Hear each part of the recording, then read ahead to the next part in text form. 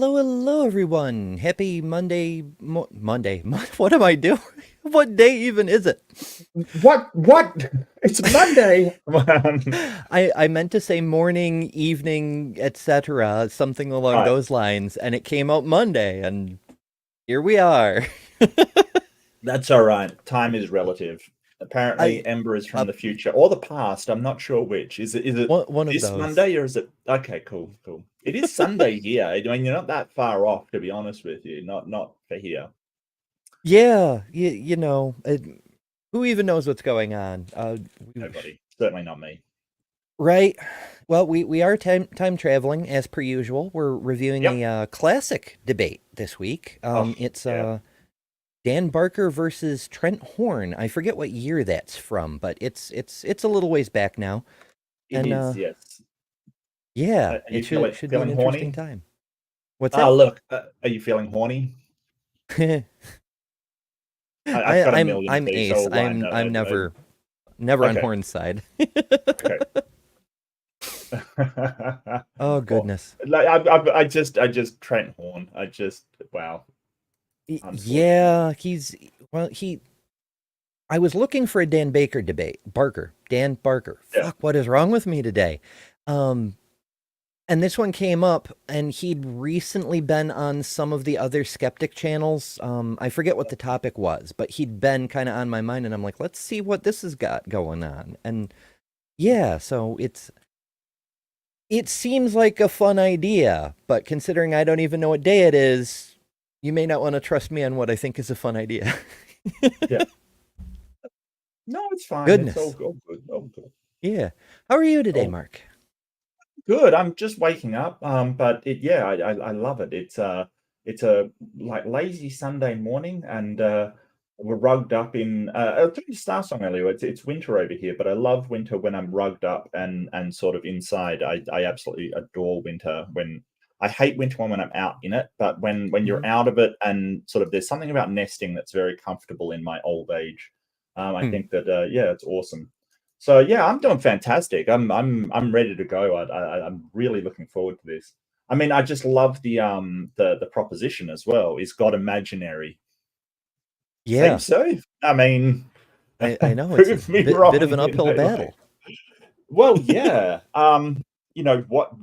What causal actions can we actually attribute to God? Like what can we actually know for sure that God has done? It's like, well, Yeah, it's that's what we've been asking this whole time on YouTube, and yep. people before us, back to the days of the new atheists and the old atheists before them. I Oh, mean, there were people back in ancient Greece asking that question as mhm. well. What do the gods actually do? Um, kind of thing. There's definitely people from ancient Greek. I believe the sort of Epicureans and stuff asked that question. It's relatable. I myself have always been Epicurious. Yeah, yeah. Why not? Yeah, throw a pun in. It's a good time. Oh my. All right, so we've got a black screen because I went through and pre-edited this one to cut out the nonsense, the long introductions, the thanks to our Mm, speakers, the entire yeah. Q&A session. So we'll actually have opening or well, of course, opening statement, but there's actually closing statements this time. Um, yeah, should be pretty Okay. decent. Yeah, Awesome. here we go. I remember when I was in the sixth grade, I counted down each day until I got to go on this field trip to NASA's Jet Propulsion Laboratory. As you can imagine, in high school, the only team I ended up on was the academic decathlon. But so I've always been kind of a big science buff. And since it's February 12th, I will say happy Darwin Day to our atheist friends who are in attendance. That's a Okay, bit I weird. appreciate that. I also find it Yeah. interesting that Dan seems. This is Trent Horn, by the way, for anybody who hasn't seen him in person before. Yeah. Catholic apologist. Uh, the last time we did a Dan Barker debate, it was against Kyle Butt on Darwin Day of that year. I wonder if that's a thing. I mean, it I could don't be. know. Maybe they like take to the streets on Darwin Day to deny science. I don't know. Because obviously he's Yeah. using it as sort of a, well, we don't believe in Darwin, do we, people? Nudge, nudge. Wink. And I just want to mention, why do they look like they're doing like a presidential speech with the seal on the front of their podium and stuff? I don't know. Maybe it's just, it looks very formal, But yeah, I think he's having a poke at the silly Darwinists who think that evolution is true. Like, yeah, I'm sure you were excellent at science, dude. I really sure, yeah. Absolutely. That struck me as ironic too, how he was like, "Oh, I'm a big Yeah. science buff." Really? Are you? Are you Are though? you? Yeah. Oh my. Hello to everyone in the this- live chat. I didn't mean to neglect you. I'm just off track myself. I'm here. We're doing our best. But I will try to make up for it by dropping some presents. There you go. It's Christmas in June, and I still have 5 of these for this month. So let's see. Those 1, 2. Carol Kinzer, Spooky Bed Hair, Katina Peck Bays, Sumami, and Christopher Tablante. Congratulations, folks, and do enjoy all of the fun custom emojis that we have here in the channel. Voted on by members, so if you don't like them, blame previous members. And stick around because eventually we'll get another one, and then you get to vote. To distribute responsibility there. That's amazing. I love it. Yeah. For us, I've been trying to read these out like a wrestling announcer kind of thing. I've been having a lot of fun doing that, to be honest with you. But he's a science buff for the science he likes, which is kind of okay, bro. I'd love to see him go toe to toe with Eric Hovind, where they're both arguing, "I've got the science." That would be pretty trippy. Maybe he believes in the ice canopy. I don't know. That's hilarious. Or that the craters on the moon were caused by ejected rock from the waters of the deep opening. That one is just gold. I mean, yep, just firing thick, juicy ropes out into space. Yep. Thanks, Hovind. Thanks for that vivid image. Gotta love it. It's Darwin's birthday, if you didn't know that. Now, while science, it is amazing, it can't answer every question that we have about the world. For example, it can't answer the following questions. What is science? How do I know what I know? What am I? How should we choose to live?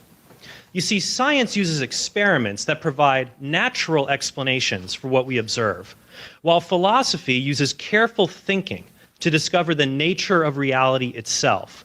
So when it comes to imitation, well, that's not really what philosophy is for. No, it's not. And you can sort of say that sort of philosophy, it sort of covers all thinking, basically, in a way. So science started out as natural philosophy. Like, that's basically what it was. And naturalism is a philosophical a school of philosophy, essentially, as is materialism, right? They're kind of ways of thinking about our world. So to say that science has nothing to do with it, there's literally a philosophy of science courses available. Like, it is part of philosophy but that's misleading, because everything's a part. Anything you think about is part of philosophy in that sense. The way it's related is that science is just a methodology. All methodologies relate to epistemology, or how we know what we know, and that's philosophy. So if you think about it this way, any methodology where you're going for knowledge is a philosophy, and the philosophy of science is methodological naturalism.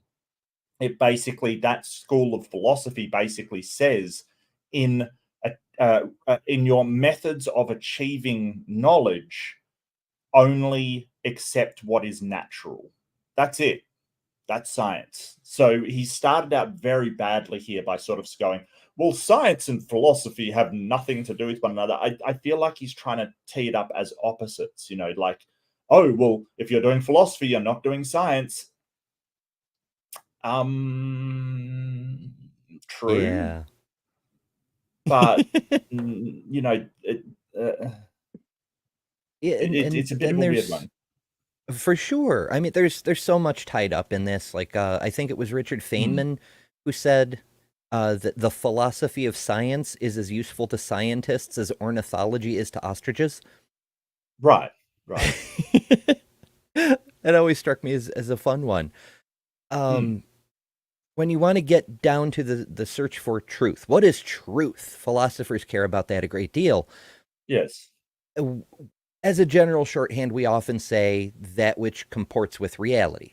Reality is real, and what is true is at least equivalent to reality. A good way of describing reality, perhaps. It's always going to be limited because language is limited, but it tries to get there. Beyond that, though, there's what you can show and what you can argue for. And if you have to argue for it, it kind of implies you can't show it. But, we'll give Trent a chance, I suppose. Well, a lot of creationists have a problem where they think that arguments are evidence. Mm-hmm. And it's a We've problem. heard that a lot. Not just creationists either. Like Cliff from Ask Cliff and many, many debates. I did a video on him quite a while ago. It ended up being a two-parter because he said he had 11 evidences for God, and they were all arguments. I'm like, where's your evidence, my guy? This is all argumentation. Ay, ay, ay. Material things like numbers, minds, truth, logic, the good, the beautiful, or even God. Science can neither prove nor disprove these things exist. You can't win a Nobel Prize for proving the existence of God because the existence of God is not a scientific question we can test. Well, no. I mean, if there were a God, you could test for it. If it exists in some fashion, then there'd be a way to show that it exists. But you wouldn't win a Nobel Prize for it unless it were literature, medicine, peace, chemistry, or physics. Because that's the categories of Nobel Prizes. Presumably it would fall under physics, I would imagine, but, because you're saying the origin of physics, but, saying that science can't prove or disprove God is like saying that science can't prove or disprove fairies or magic or psychics. I think that it can't, like, he's sort of playing with words here because, it can't definitively disprove by God, but it can certainly disprove some of the claims attributed to God. Like, if you're saying, hey, this faith healer, you can use the power of God to heal people, it can disprove that. Like, this is the thing, like, science doesn't usually go in for proofs, not on a global sense, like it can't disprove a God, but it can disprove the claims of people that attribute things to a God working. So it depends what you're talking about. But it can't disprove invisible dragons either. So what? Yeah, people famously say it's impossible to prove a negative. That's not actually true. Yeah. But you do it in a roundabout way. Like, how do we prove the Earth isn't flat? By showing that it is round, I think what they mean, and what I would agree with, is it can't disprove the unfalsifiable. Like, so if you say, there's something out here, but you can't investigate to see whether it's incorrect, well, you can't possibly disprove that. That's not a fault of science. It's just that science is rigorous enough to sort of only be able to disprove things that we can investigate. That's all. Yeah, and if you can't investigate it, if there's no way to show an effect on reality in any meaningful way, then for all intents and purposes, even if it does exist, you may as well just leave it out of your equations. Right. It's a philosophical question we must argue about, and that is what we will do tonight. Tonight's debate asks if God is imaginary or supreme being. Now, some gods are... Couldn't it be both? Like, couldn't there be a supreme being, but then people still imagine their own versions of it because there's no actual evidence, so they just have to make shit up? Well, I think I he's don't about to go on to say that some gods are imaginary, but not Maybe. his. Like, it's gonna be this thing of, oh, but everybody else's god is imaginary. What, you mean mine? No, mine's real. No, mine's the real one. You know, it's sort of, Yeah, I don't know. Whenever I hear somebody pose a false dichotomy, like either it's this or it's this, my first instinctive response is, why not both? It doesn't always fit, but that's where my brain goes first. yeah. Imaginary. Here's an example. Today is Wednesday, which is named after the Proto-Germanic god Woden. He doesn't exist. Neither do Zeus or Thor. However, the existence Or of Jesus. imaginary gods. I mean, Or Yahweh. Yeah, that Yahweh, that ancient Canaanite war and thunder god, he doesn't exist. yeah, I mean, Odin and Thor and Saturn and a bunch of others have days of the week named after them, so they've got that much going for them. What's Yahweh got cooking? Doesn't prove there's no real God any more than the existence of monopoly money proves there's no real money. In fact, the ancient philosophers like Plato, Xenophanes, and Aristotle, who lived when gods like Zeus were popular, also thought they were imaginary. They recognized these so-called gods did not possess. Which team is this man on? Right? The contemporaries of those gods thought they were imaginary, but I'm a contemporary of this god, but he's not imaginary. What team are you on? Yeah, a lot of people have been mistaken about the existence of gods. We're looking at one. I don't. Yeah. What makes you so different, Trent? Right. It's wild to me. I'm curious if somebody's ever done a debate where one of the people argued that the idea of godliness, of divinity itself, has evolved as our culture has evolved, which we can clearly see in the historical and anthropological records. And therefore, either there is a real divinity and our understanding is evolving and nobody's got it right yet, or humans made it up. Seems to be the more likely possibility, but you never know. Against a person who's saying, no, God is absolutely real. I think that would be a fun debate. Possess the attributes that the true good or an infinite prime mover must possess. For example, Aristotle said that God is, quote, a living being, eternal, most good, so that life and duration, continuous and eternal, belong to God, for this is God. These philosophers didn't just plug a gap in their knowledge and say, it must be Zeus. Instead, they gave good philosophical reasons to believe in the existence of one supreme being. Aristotle gave good reasons to believe in one supreme being. It's an interesting take.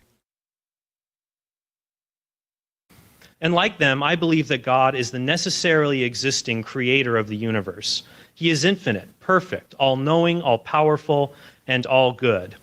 I am not an atheist because I believe there are many good reasons to think God exists, and no comparably good reasons to think God does not exist. No reasons to think God does not exist.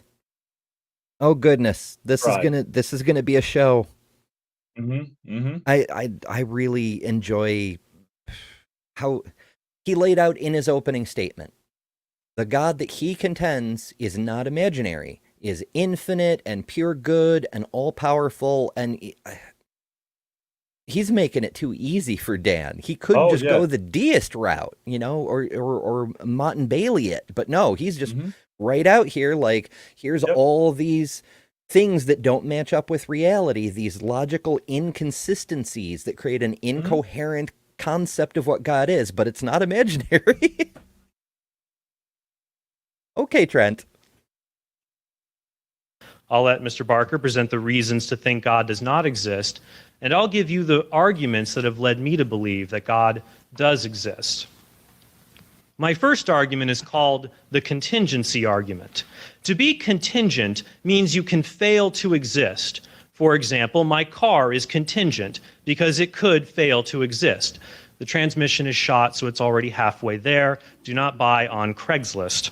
When something is contingent, we seek a reason for why it exists. We don't just say, well, it just exists. There's no reason for why it exists. Even if we had an eternally old object, like a fork, we would wonder why this fork isn't an eternally old knife, or just nothing at all. Sort of like we have an eternally old universe, and we wonder why it's not an eternally old inverse. I don't know what he's getting at Neither here. do I. That's very strange. Plus, if things could exist for no reason at all, then we'd have to give up science. Because after the 100th failed explanation for an observation, a scientist could just say, well, it looks like this thing exists for no reason at all. Because you could never rule out that conclusion. Well, there's a hold bit of a on. problem. Yeah. Yeah, and he's basically saying that God not only doesn't exist for no reason at all, he didn't even begin to exist in the first place. If we allow that into science, then we can just say, hey, that fork has existed eternally. See ya. I'm out for the weekend. I mean, I'm not sure how to phrase this. He seems to have like an internal equivocation, a faulty understanding of what some very basic concepts mean. Like, if you get right down to it, objects, for example, the fork in its current form hasn't always existed. Right. But the matter it's made from has. Well, and the atoms, it depends. Like the atoms, of course, the metal parts, the iron that went into the steel, assuming it's a stainless steel fork, they had to be made in the heart of a star in nucleosynthesis. So we're really talking the energy has existed longer than that fork. And really exactly. It's just something has just caused a change in state. But I think that he's getting at something has caused that change in state, whereas, to become an object like a fork, but nothing has caused a change in state for something, God has just always been there, which is weird. Like, I'd like him to talk about more how he knows that God is eternal and has always been there. Yeah. Because that's a large claim. Mm-hmm. And it seems to be a presupposition thus far. But, nothing in the universe has one single cause. Like, you can draw things back. You can take a fork and you can say, okay, well, this was made by Walmart Corporation or whatever. But where did the metal come from? Well, it was mined by this company and refined by this company. How did it get in the ground? Well, then you go back to the stellar nucleosynthesis and planetary formation and all of that. Well, where did that come from? And you can draw it all the way back to the Big Bang. But all of it was already there. Every step along the way is just a change in the configuration. So what does Trent mean? He needs to be more specific. Yeah. A better approach is to accept that whatever exists, including the universe, has a reason for why it exists. But maybe more than one reason. Well, because you can draw it back several steps. Well, I feel like, and this is just, I haven't seen this debate, but I feel like he's angling for a God of the gaps. That's what I think he's angling for. Science can't tell us where the universe came from. It's better to assume it's got a cause. That cause has to be a God because science can't explain it. I really think he's angling for God of the gaps. And Dan Barker, if I know anything about it, he's not going to let that by. Because we can say, hey, yeah, okay. Nobody assumes the universe had no cause. That's not true. It's on him to demonstrate that it did. Right. I think Jedi's got the right answer. It's turtles. Not just that it had a cause, but also that's a tortoise. No, did it have claws? Details. Yeah, no, it's turtle. It's a turtle. But he doesn't just have to demonstrate that it had a cause, but he's got to show that the God is the cause. That it is an agent, something that can think and has some kind of, as he says, he's made claims about this cause already, that it is all good, it is all knowing, it is all powerful. He's already made multiple claims about it. He's got to back those up, not just say, hey, universe has to have a cause, therefore God. Yeah, you're exactly right. Like, Dan, at this point, could concede. I'll give you the universe had to have a cause. Cool. Yep. How do you know what it is? Yep. It's an oof. The reason the universe exists is because it has to exist, or it is necessary. And cool, the universe is necessary. We can all go home. Yep, it's not contingent on anything, including the God. Woo! We're done. Thanks, Trent. I broke Trent. Well, it was Dan was going to break him anyway. Let's face it. That's probably true. I'll reset him. 408. I remember when. Let's bigify. Too far. I'm sorry. Here we go. Okay. Take 2. And not contingent. Theists believe that God is a necessary being because he explains his own existence. God, does he? Does he? I gotta hear this. I'm not sure that God's existence has ever been explained. Like, when you ask, well, why does a God exist? It's sort of like, well, we don't know. He just does. It's just, there's never been an explanation as to why God. That's beyond the knowledge of us mere mortals, right? Or at least a sound and valid explanation. There was that whole argument from imagination that I think Anselm came up with. If you can imagine the greatest possible being, there must be something even greater, and what could be greater than to be real? Yeah, but Wowzers. that's sort of a really faulty thing. And someone came up with a perfect island kind of thing. Like you could argue that. I can't remember his name. It started with a H, I think, but he came up with. Maybe not. Maybe it's Guanello. He came up with, well, if the greatest perfect island would be one that exists, so therefore the perfect island exists as well. It's not a good argument. Yeah, it was rebutted in Anselm's own time. It's God's nature, or what he is simply existence itself, or that he is. Any God that does not have necessary existence is simply not a God at all. But unlike God... So Zeus and Odin and Thor and all the rest, they aren't really gods? That's a novel interpretation of what a god is, but okay. Yeah. Okay. So the universe is necessary. Does that mean it's a god? Sure. I mean, it did create everything in a sort of way. But that's not sort of what we would consider a god to be. It's not my definition of a god. In somewhere in there, you've got to have an agent with desires and some kind of will. I don't see why a universe, say a necessary universe, one that is just sort of not contingent upon anything, or a necessary cosmos. I don't understand why that we would call that a god. Yeah, it'd just be a force of nature, I think. Sure. Maybe I'm silly. No, it would just be a natural, universe. That's not a god by much. But or else he's like using some weird definition of. But in that case, you still have to prove that the God is all powerful, all knowing.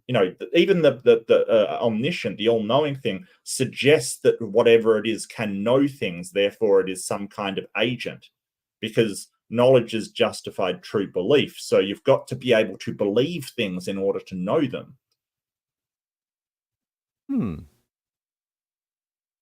Yeah. So to be all knowing. I keep it simple. The one thing I agree with Bill Craig about is Robin's pointing out that you're calling out my lower level arguments. I do like to keep it simple. Bill Craig says that to be a god, it has to have personhood. That seems good enough for me. Okay, so we've got a bit of a definitional thing of what a person means, because I generally use person or persons to mean humans. So but I think agency is what I would say. Like, it's got to be able to sort of be able to at least evaluate and take actions based upon those evaluations. I think that at a bare minimum. Yeah, for sure. If it doesn't have the ability to make contingent decisions to do one thing or another, then it's just a computer or a force of nature. Yeah, essentially. There's no reason to think the universe is necessary. You can't conceive of a circle with more than one side, because that is a necessary truth about circles. I can, actually. I mean, depending on what you mean by circle, a coin, for instance, has multiple sides, but even like a drawn circle on a 2D surface has an inside and an outside. What do you mean, Trent? But you can conceive of a universe with less stuff in it, or just no stuff at all, because the universe is contingent. It doesn't have to exist. Since matter is contingent. We don't know that. It's Hawking was working on theories about this, mathematics, because that's what he did, was mathematics. Before he died, I don't know that he ever finished his work, but he was trying to chase down this idea that a non-universe non-existence, as they say, nature abhors a vacuum, it would effectively be a true vacuum, and a universe could spontaneously come into being because actual nothing cannot exist. So we don't know. Yeah, To just assert that is not founded on anything.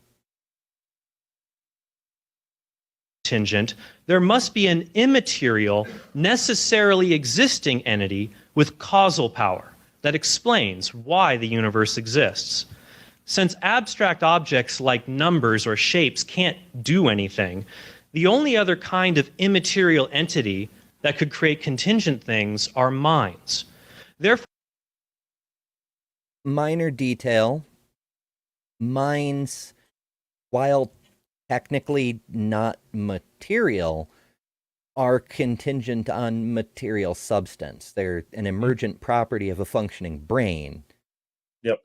You need to show me a mind existing without a brain. Does Trent believe in ghosts? I don't know.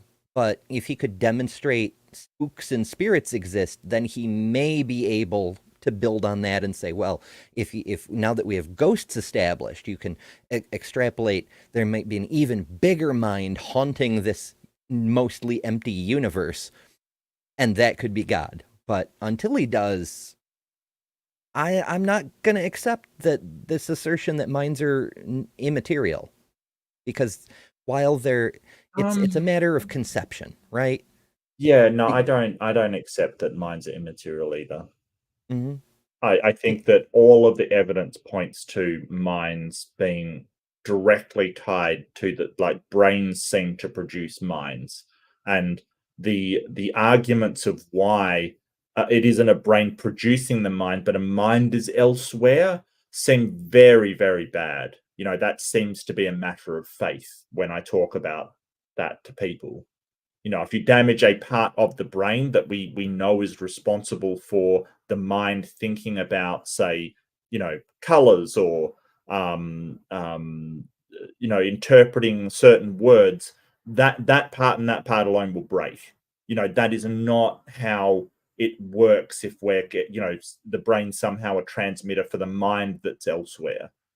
It seems that the brain directly gives rise to the mind. And so, you've got to sort of have this faith that the mind is elsewhere, and but the mind is contingent.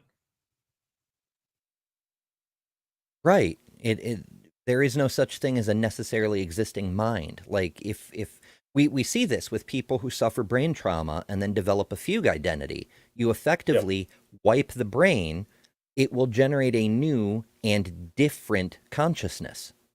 Right. For the explanation of the universe must be a necessarily existing mind, or what we call God. My next argument is called the argument from motion. Ask yourself this: why do things move? I don't understand why the mind is necessarily existing. Like, he's just basically said only minds give rise to contingent things, and that's not true. There's a lot of things produced by just natural processes that aren't minds. I don't understand why it has to be a mind. I don't understand that at all. Right. Like you go back to the fork, right? To make it into a fork required a mind with design and so forth. Right. But to get the raw atoms, those atoms are That didn't require a contingent, mind. but they're the result of natural processes. Correct, yes. Loves Kimberly sent us a super sticker for $5. Thank you so much. And it looks like a lemon with hearts. Yay. Mm-hmm. I appreciate that. I wish I could show super stickers, but all StreamYard gives me is the ability to show that they're there. Why isn't the universe just a frozen block? Well, a thing moves because something else moves it. You don't see things move by themselves, or if you do, you freak out and call Ghostbusters because something invisible is moving them. But it's natural to ask, what moved the things causing the movement? Well, energy. Things don't move by themselves. Trent? Yeah, I don't. Things don't move by themselves. Well, no, that's true.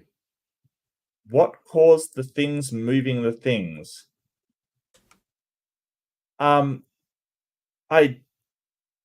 It's like, how far back do you want to go? Like, we basically say, hey, what caused the thing to fall down? Well, gravity. What caused the gravity? Right. Well, distortions in space-time. What caused the distortions in space-time? It appears to be remnants of the Big Bang and the way that the universe was formed and the effect of mass in our universe. Well, what caused that? It's like, why does it have to be a mind? You still haven't explained that. You're basically saying, hey, there has to be something causing the movement behind the movement. Why is it a mind? Why is it a mind?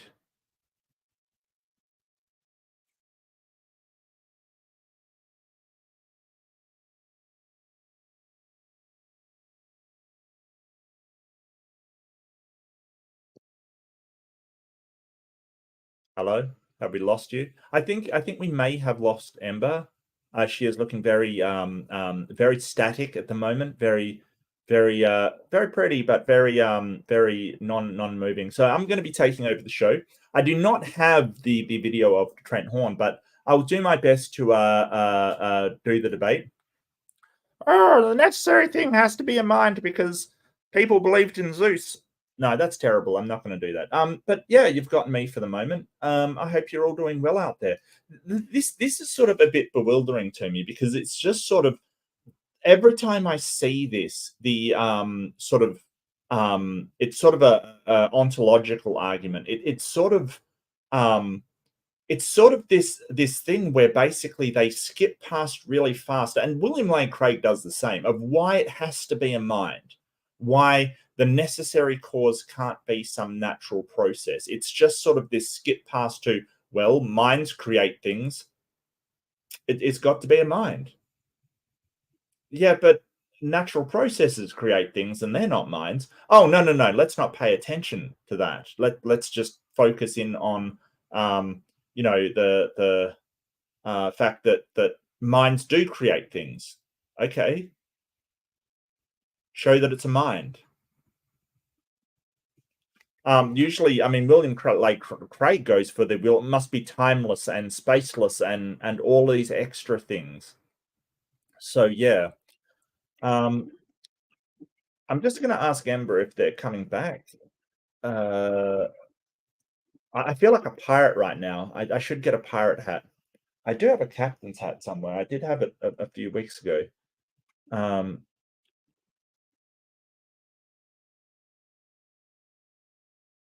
Yeah. I know that my OBS was being terrible last night. Absolutely terrible. Starsong was there. They can vouch for me. Maybe God smote Ember. How dare you talk about my horn like that?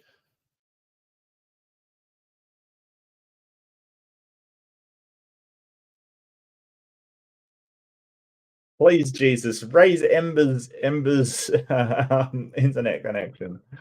Oh dear.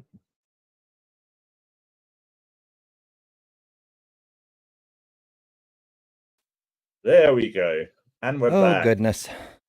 It's okay. It's fine. I could sit here and talk to myself for hours. It's fine. I mean, no one's going to want to watch it. There's that. But, you know, I could. So, yeah. I think people would. I don't think so. It's one of those days, folks. I don't even Yeah. know what happened. Just everything went dead. I had to switch my phone over to non-Wi-Fi just to get into chat to say that the internet was down. Oof. Oof. But it's back now? You're not Well, it seems to be. Okay. Okay. Well, you know, maybe I should, yeah, get something just in case. Maybe you should send the video to me just in case. That might be a good idea. I can probably do that. It'll take a minute for it to upload. But I'll get it started anyway. I need to empty trash. I need to make space for it. Okay. Okay, and where did I Sorry put the about that, video? folks. Just some technical difficulties. Yeah, we're just doing backups upon backups or something here. Oh shoot, it's not that one. Where did I put it? Where did I put the file, guys? Live broadcasting. Tons of fun. Okay, fortunately, or unfortunately, the resolution on this video isn't that high, so it should only take 7 minutes. Okay. According to the Googles. So yeah. Ay. All right, let's get ourselves back in place here. Thank you, Kimberly. They're a coworker gave them to me on Monday. A little bit of a story, but it made me very happy. I was like, yay! I'm glad you like them. All right, let's see where the hell Trent was here. Something else, but what moved that? This chain of motion can't be infinite, and here's why. Imagine a boxcar. It can only move if a car in front of it pulls it. But the car in front of it can only move if something else pulls it. Even if you had an infinitely long train of boxcars, they would not move under their... Well, no. Two problems. First, if you had an infinitely long chain of boxcars, even an infinitely powerful engine could never move them because you can't just pull on the first car. You don't start moving until you've applied enough power to overcome the inertia of the last car. Mm-hmm. And if it's infinitely long, it's a Hilbert Hotel kind of situation. Yeah. When does the last guest check out? The other problem is you can move boxcars without an engine. If you park them on a hill, you have to apply brakes, or they will move on their own down the hill. But he'd just appeal to gravity. And then gravity has a mover, and it's like your analogy is terrible because box carts famously go down hills without humans doing anything. We just sit there and watch. In fact, virtually everything in the universe, if you give it a hill, it will go down that hill. Even antimatter. But you're claiming that the boxcars are being propelled by a mind. That's the problem. So, unless Magneto is somewhere standing by, I really need to know how you know that it is a mind doing this and not a natural force like gravity, or say a quantum state before the Big Bang, or something else. Like, how do you know it's a mind, and how do you know it has these properties of the sort of tri-omni properties, all knowing, all powerful, or all good? How do you know that? Yeah, I mean, if it's an infinitely long chain of boxcars, how do you ever get to the front to confirm there's an engine there? Well, I don't. Infinite things sort of, we've got problems even considering them as sort of existent, because how do you check for an infinite thing? Well, you don't reach the end of it, right? But there's always well, if I keep going, maybe I will find the end in 2 or 3 boxcars. So there's no possible way you can determine anything is infinite. Not in reality. Yeah, because if you ever do find the end, well, just Not like with infinite. philosophy, with logic, you can rule things out, but you have Mm, a very hard time ruling them in. yeah. Their own power. That's because boxcars, even an infinite number of them, can't move themselves. Only something Also, an infinite number of boxcars would generate a considerable amount of gravity. That is true. Yeah. that moves itself, like a locomotive, can explain why the train, regardless of its length, has any motion at all. Saying an infinite chain of movers explains the motion or change in our universe is as nonsensical as saying that a paintbrush could create art by itself so long as it had an infinitely long handle. Well, that's a bad analogy. That's a really bad analogy. He kind of slipped there. He said an infinite chain of movers. So now it's not just things moving, it's things doing the moving. And I'm so glad he said that, because that's kind of how our universe does work. Like you mentioned earlier, Mark, every single bit of matter in this universe distorts space-time, which creates the effect we call gravity. So Yeah. everything in the universe is actively pulling on everything else, if we want to do the simple stuff with the Newtonian stuff. So yeah, we have probably not infinite movers, but an uncountably large number of movers. Yes. Much the same, we can only explain the motion in our universe not with an infinite number of movers, each borrowing motion from something else, but with an unmoved mover, something that moves others, without itself being moved by anything. Since it Is that even possible? Like, I know he can say the don't know. words, but Yeah, I mean, there's nothing illogical about it. But the question is that actually the truth?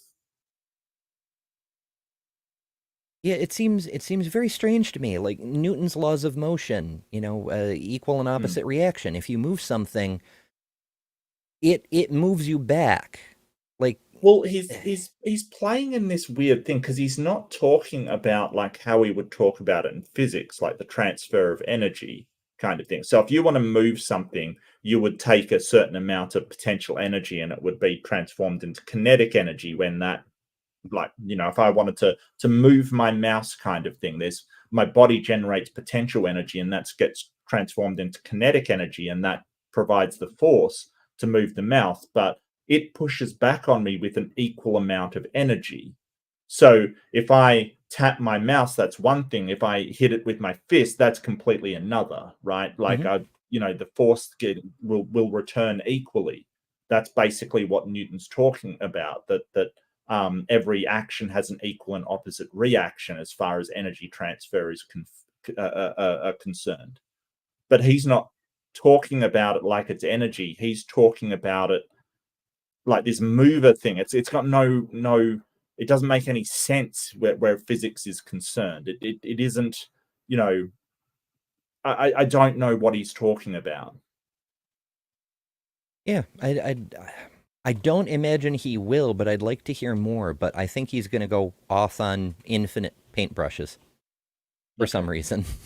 No, that's It see if you're right. Yeah. activates the potential for motion in others. This being, as Aquinas says, must have no potential at all, but be pure actuality, or pure being itself. But no potential means no limitations, no deficiencies in either power, knowledge, or goodness. Those don't, that's not an entailment of what he just said. No. Like, he's starting to hurt my head with his incoherent ramblings here. If a thing has no potentials, then it can't do anything. Right, right. So what are we talking about here? I don't know. I'm just as confused as you are.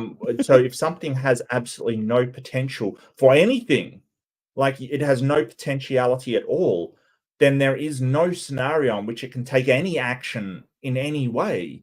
I am so confused as to why a god, literally a god, like something that is omnipotent, that has the potential to do literally anything, right? Like potentially a god could flip the world upside down, turn everything green, turn rats into humans and humans into rat. It could literally, it has the potential for anything, would have zero potentiality at all.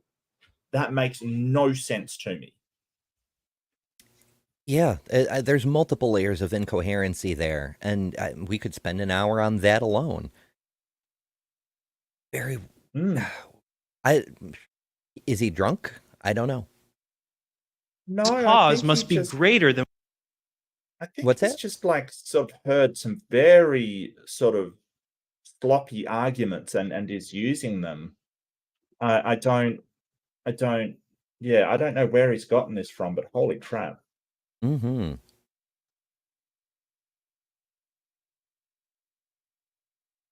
I pissed off Trent again. Oh, Oh my, 7:24. We're just having the best time with technology today. I remember look, last night I was all over the place. being. I was all over the place. Oh my. Yeah, that was your. No, it wasn't fundamentalist fails. That was No, that was my gaming screen. Ah. Okay. 7:25 is close enough.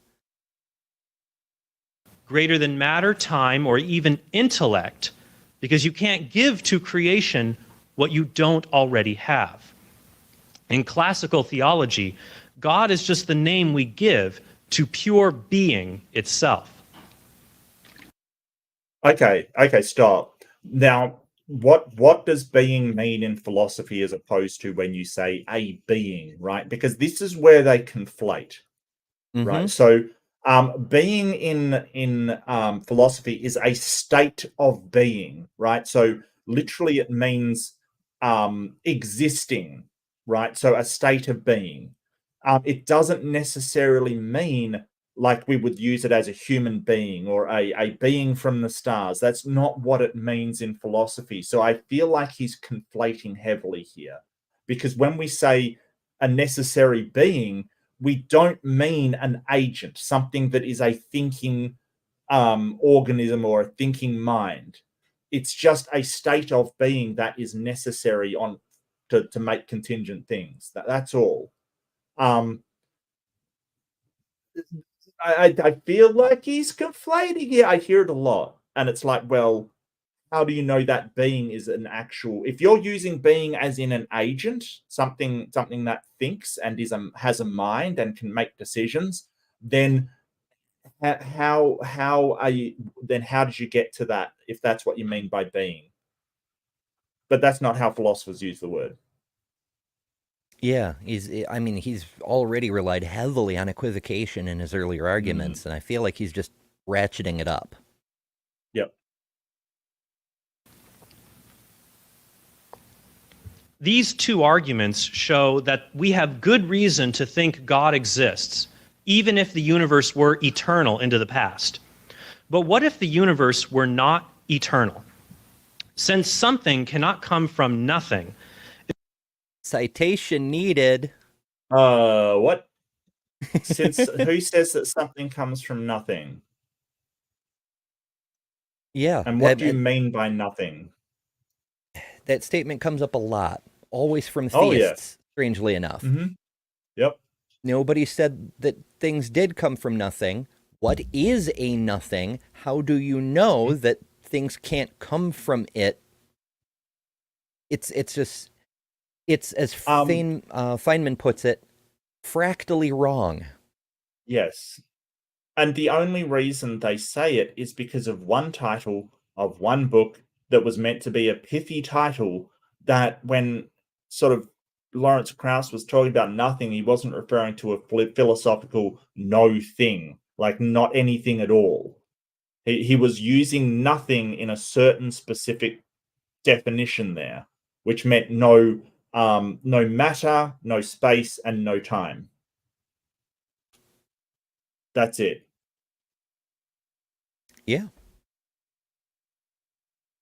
it follows that if the universe began to exist from a material state of nothing, it would have a cause.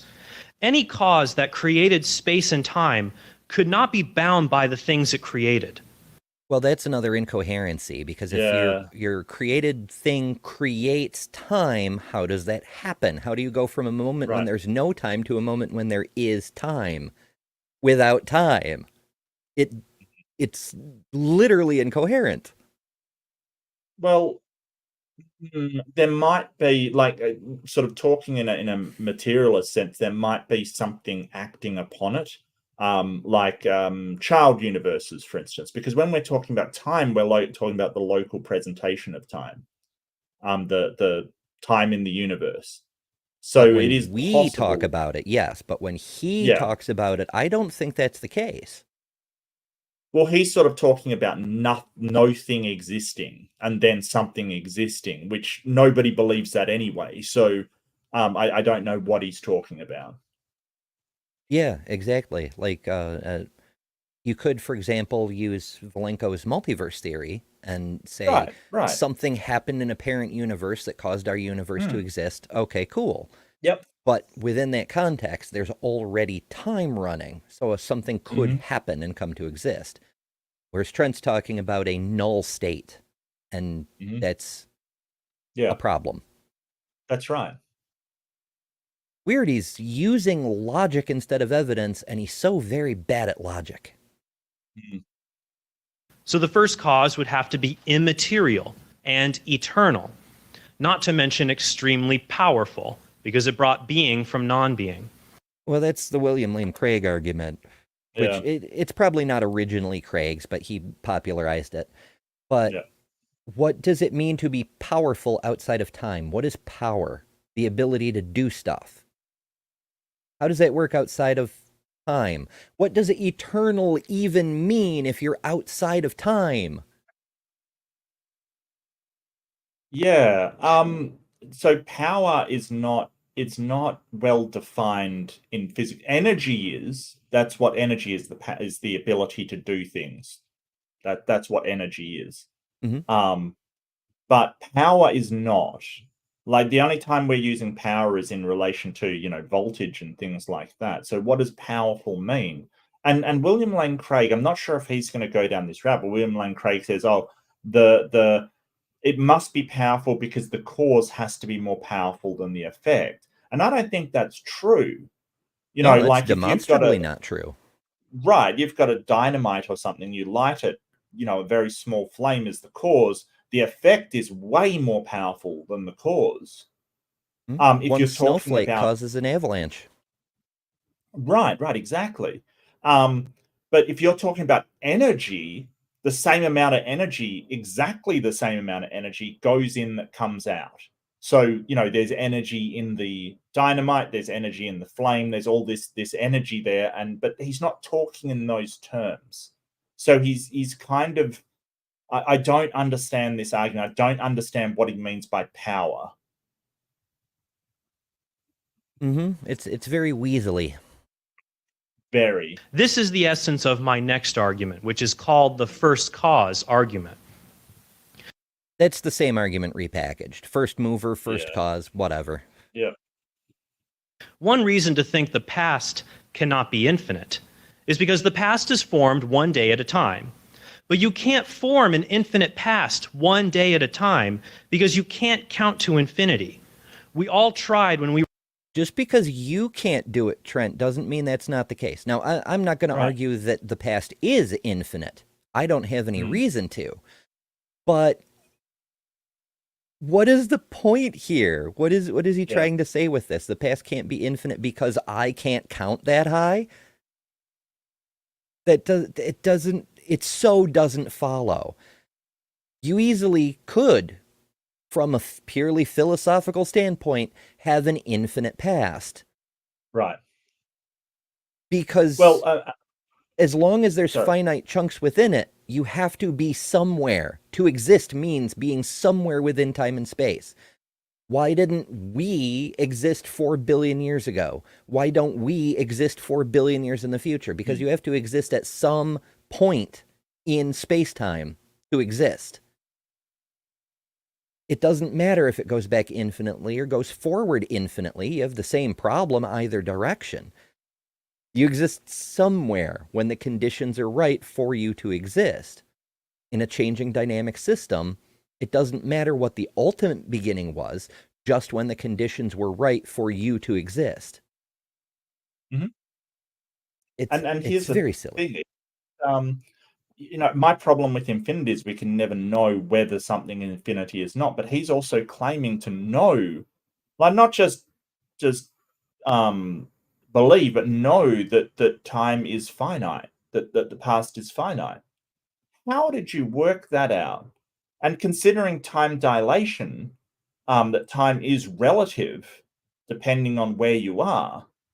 Like for instance, if you go to a center of mass, right, very high mass, your time will slow relative to everything else in the universe. Trippy, but true. So if time is relative,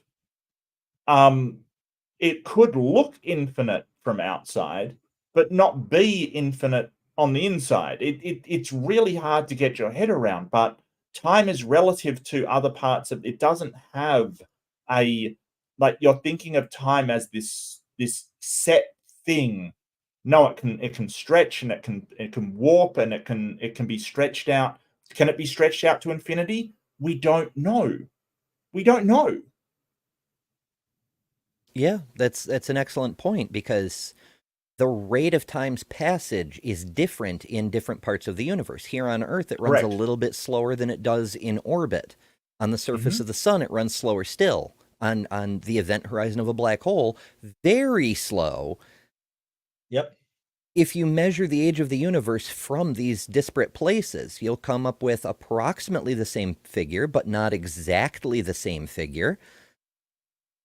And that creates a bit of an issue, because if the universe came into existence from Earth, we would measure it as 13.8 billion years ago-ish. Yep. From a black hole, you might measure it as 2 billion years ago.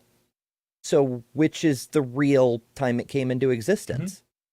Maybe it didn't work that way. It's an illusion of our perspective. We don't know, because we only have the one perspective. I get what Trent is driving at. It's the Reaper paradox, or I think as Craig posed it, the runner paradox. Like if you want to start running, but before the gun goes off, the ref tells you have to move your blocks back 5 inches. And then you have to move them back again, and then you have to move them back again. Infinitely, you will never actually start the race. But I think Trent is mangling the paradox.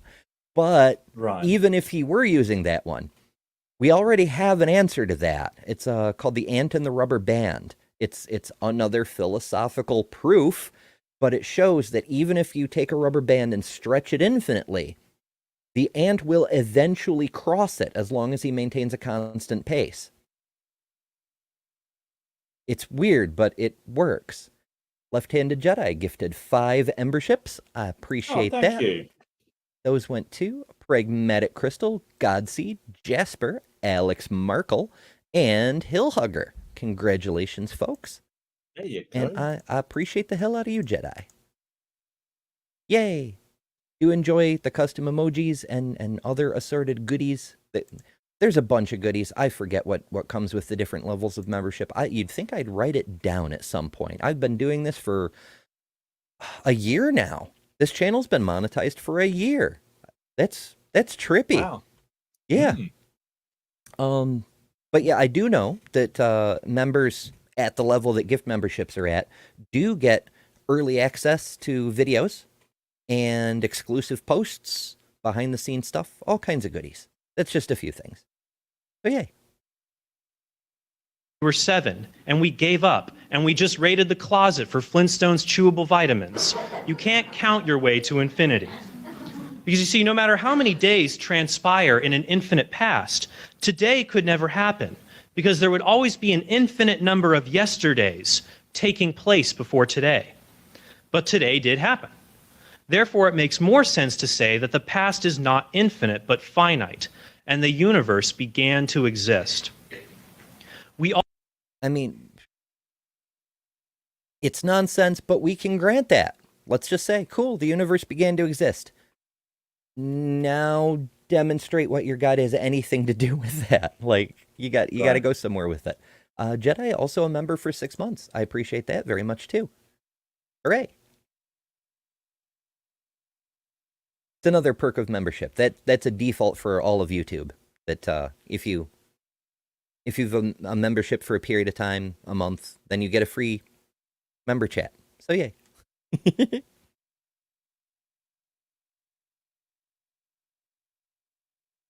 If Trent's going to keep freezing up like this, I don't know. I think we have to take him out back and have a talk. 9/11. I remember when What a time to freeze up. Do. And Bigify. have compelling scientific evidence for the beginning of the universe. According to the second law of thermodynamics, in a closed system, matter and energy tend towards disorder. If the past were infinite, then the level of disorder in our universe would be at its maximum level, and life could not exist. No. No. What?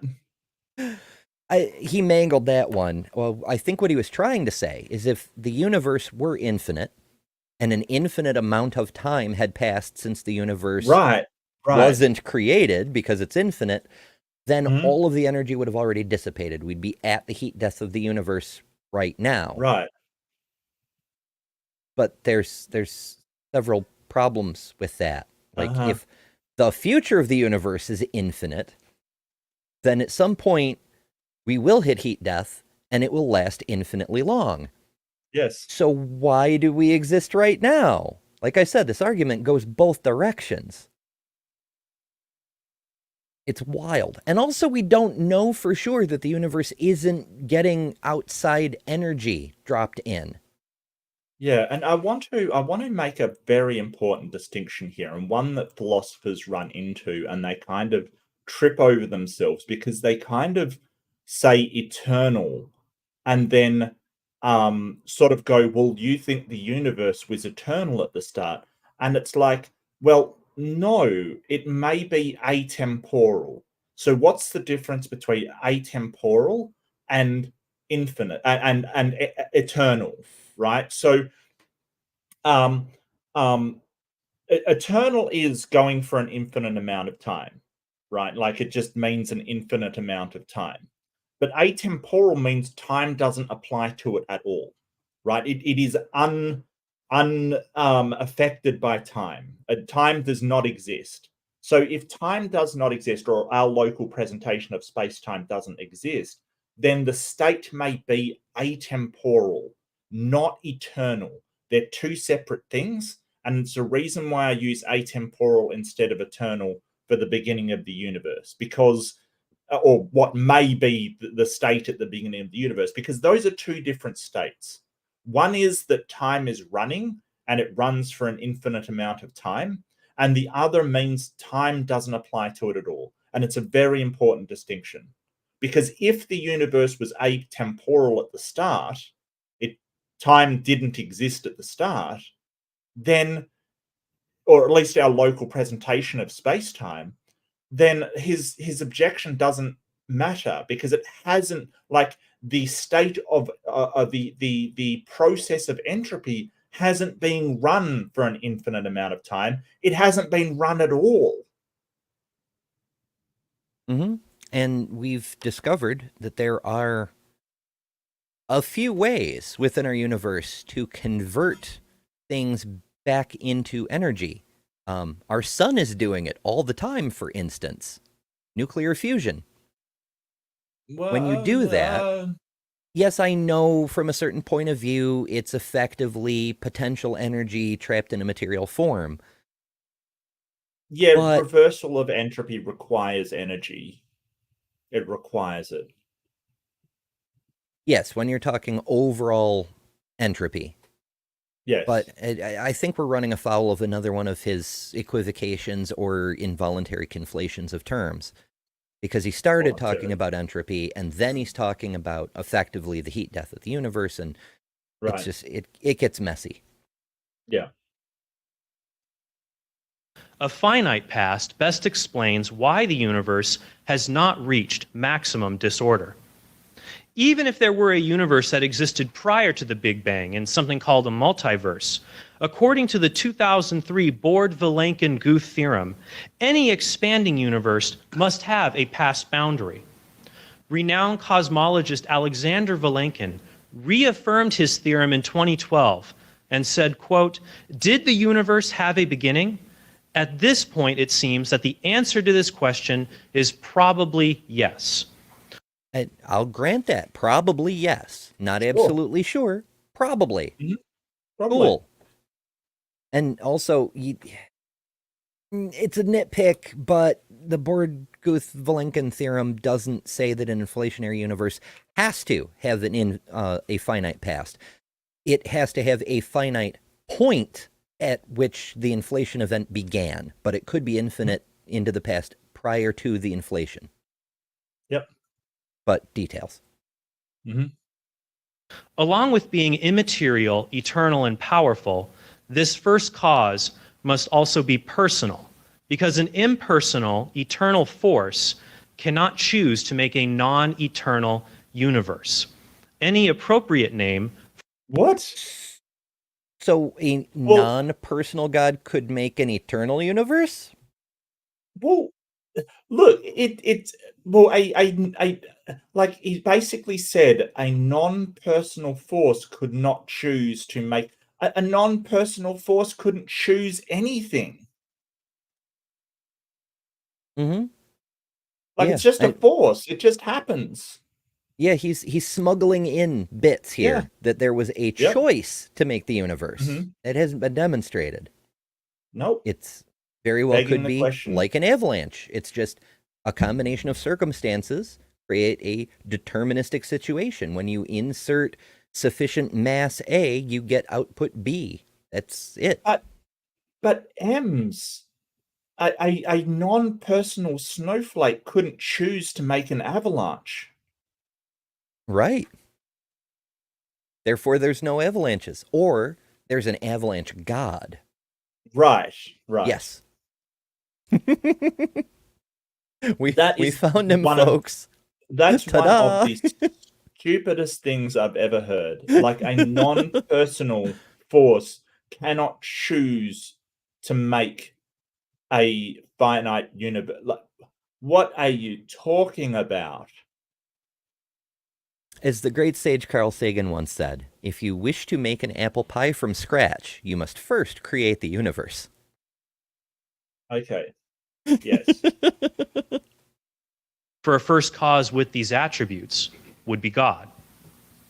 My fourth argument is called the argument from fine-tuning. For fuck's sake. He's already at 10 minutes.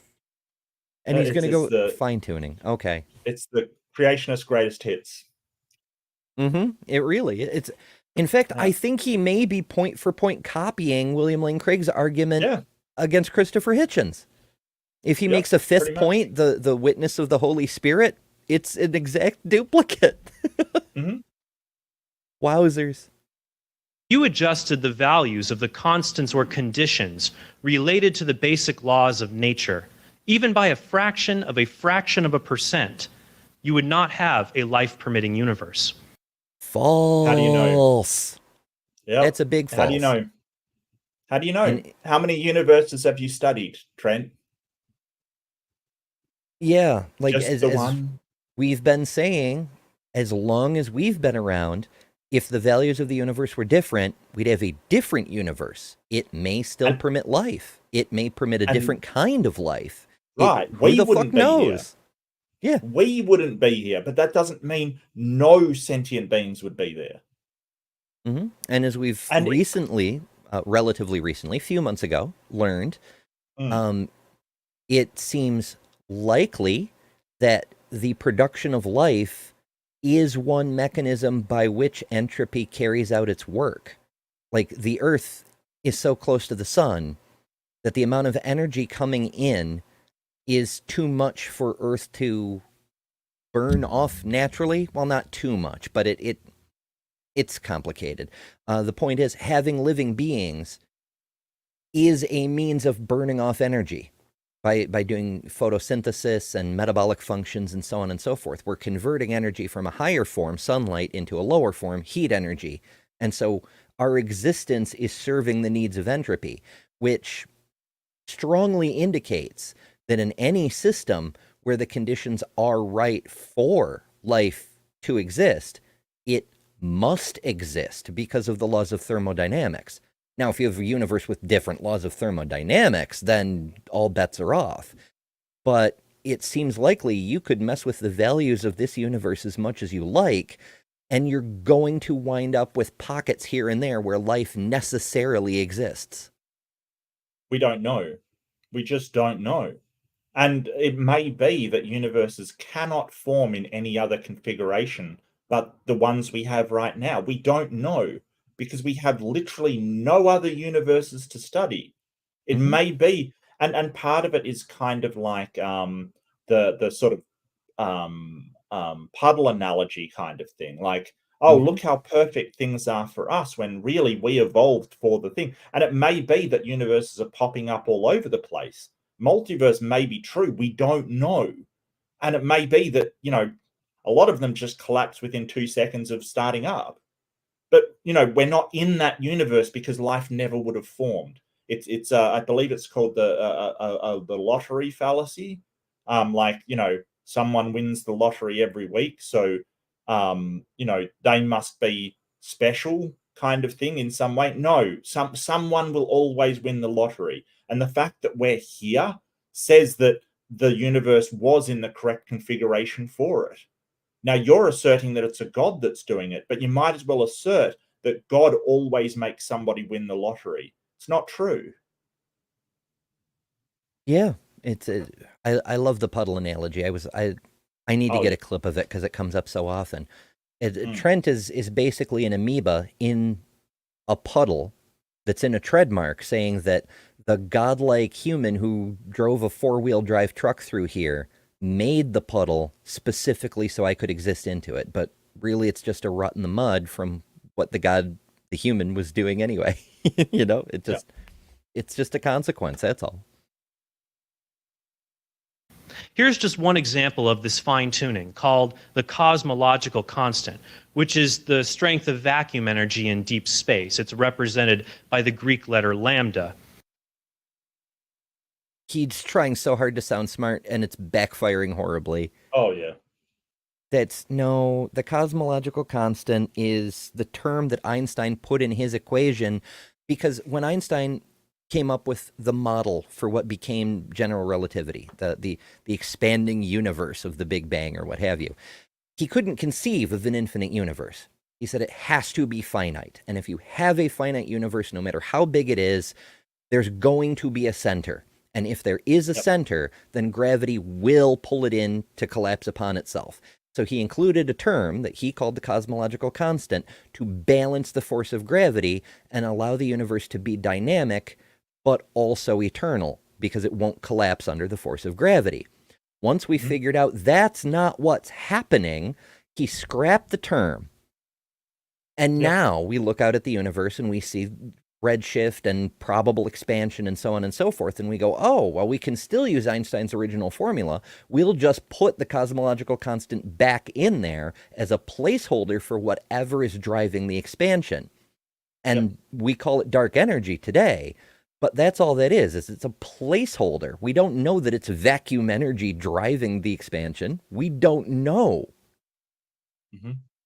And the thing about it is that Einstein called it his greatest mistake. But as it turns out, he was probably right.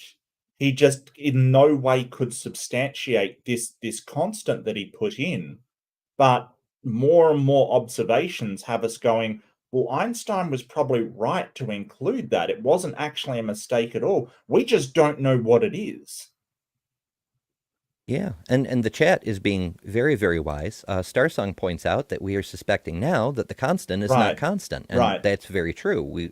I mean, the fact that we have an inflation event in the model shows that it's not constant because we went through one period of very rapid expansion and then it slowed.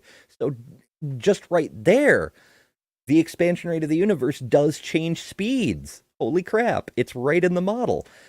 Pandora's Unboxing says a god wouldn't need to create life-supporting conditions in order to create life.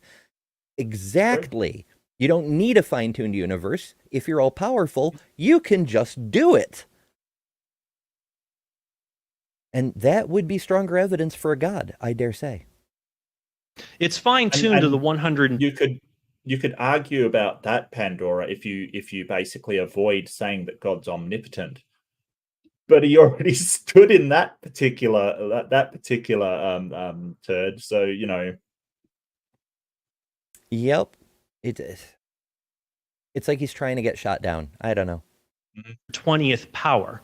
That's a 1 followed by 120 zeros. To put that into argument from large numbers. Perspective, a 1 followed by 80 zeros are the number of atoms, or what are called baryons, in the entire universe, or protons and neutrons. If this constant were not finely tuned, you would either have a lifeless universe that's smaller than an atom, or a massive universe that only contains hydrogen. Other finely tuned features of our universe include the strong nuclear force, the strength of gravity, and the low level of disorder. Can a uniform force form under those conditions? Right? Like this is the whole point. Like you say, hey, you change this constant, you know, the universe be like this, but we don't know how the universe formed. So the question becomes, can a universe even form if those constants are, although that constant is changed? We don't know. Yeah. In fact, Hawking went to great lengths to attempt to show, because we don't have another universe to study to confirm, that there may not be that many adjustable constants, that most of what we consider to be constants are dependent on other things. So, you know, if gravity is this strong, then the strong nuclear force is this strong, or what have you. Also, I decided to fact check, because when an apologist says something, the odds are very high that they're either inaccurate, misunderstanding something, or outright lying. Like, it's worse with some apologists than others, but it's to the point that I've been thinking about putting on a t-shirt. If an apologist says it, you can be sure it's not true. And he may have been going with the best information he had available at the time. Yeah, this was a long time ago, Yeah, but our current estimates put the total number of atoms in the entire universe at between 10 to the 78th to 10 to the 86th.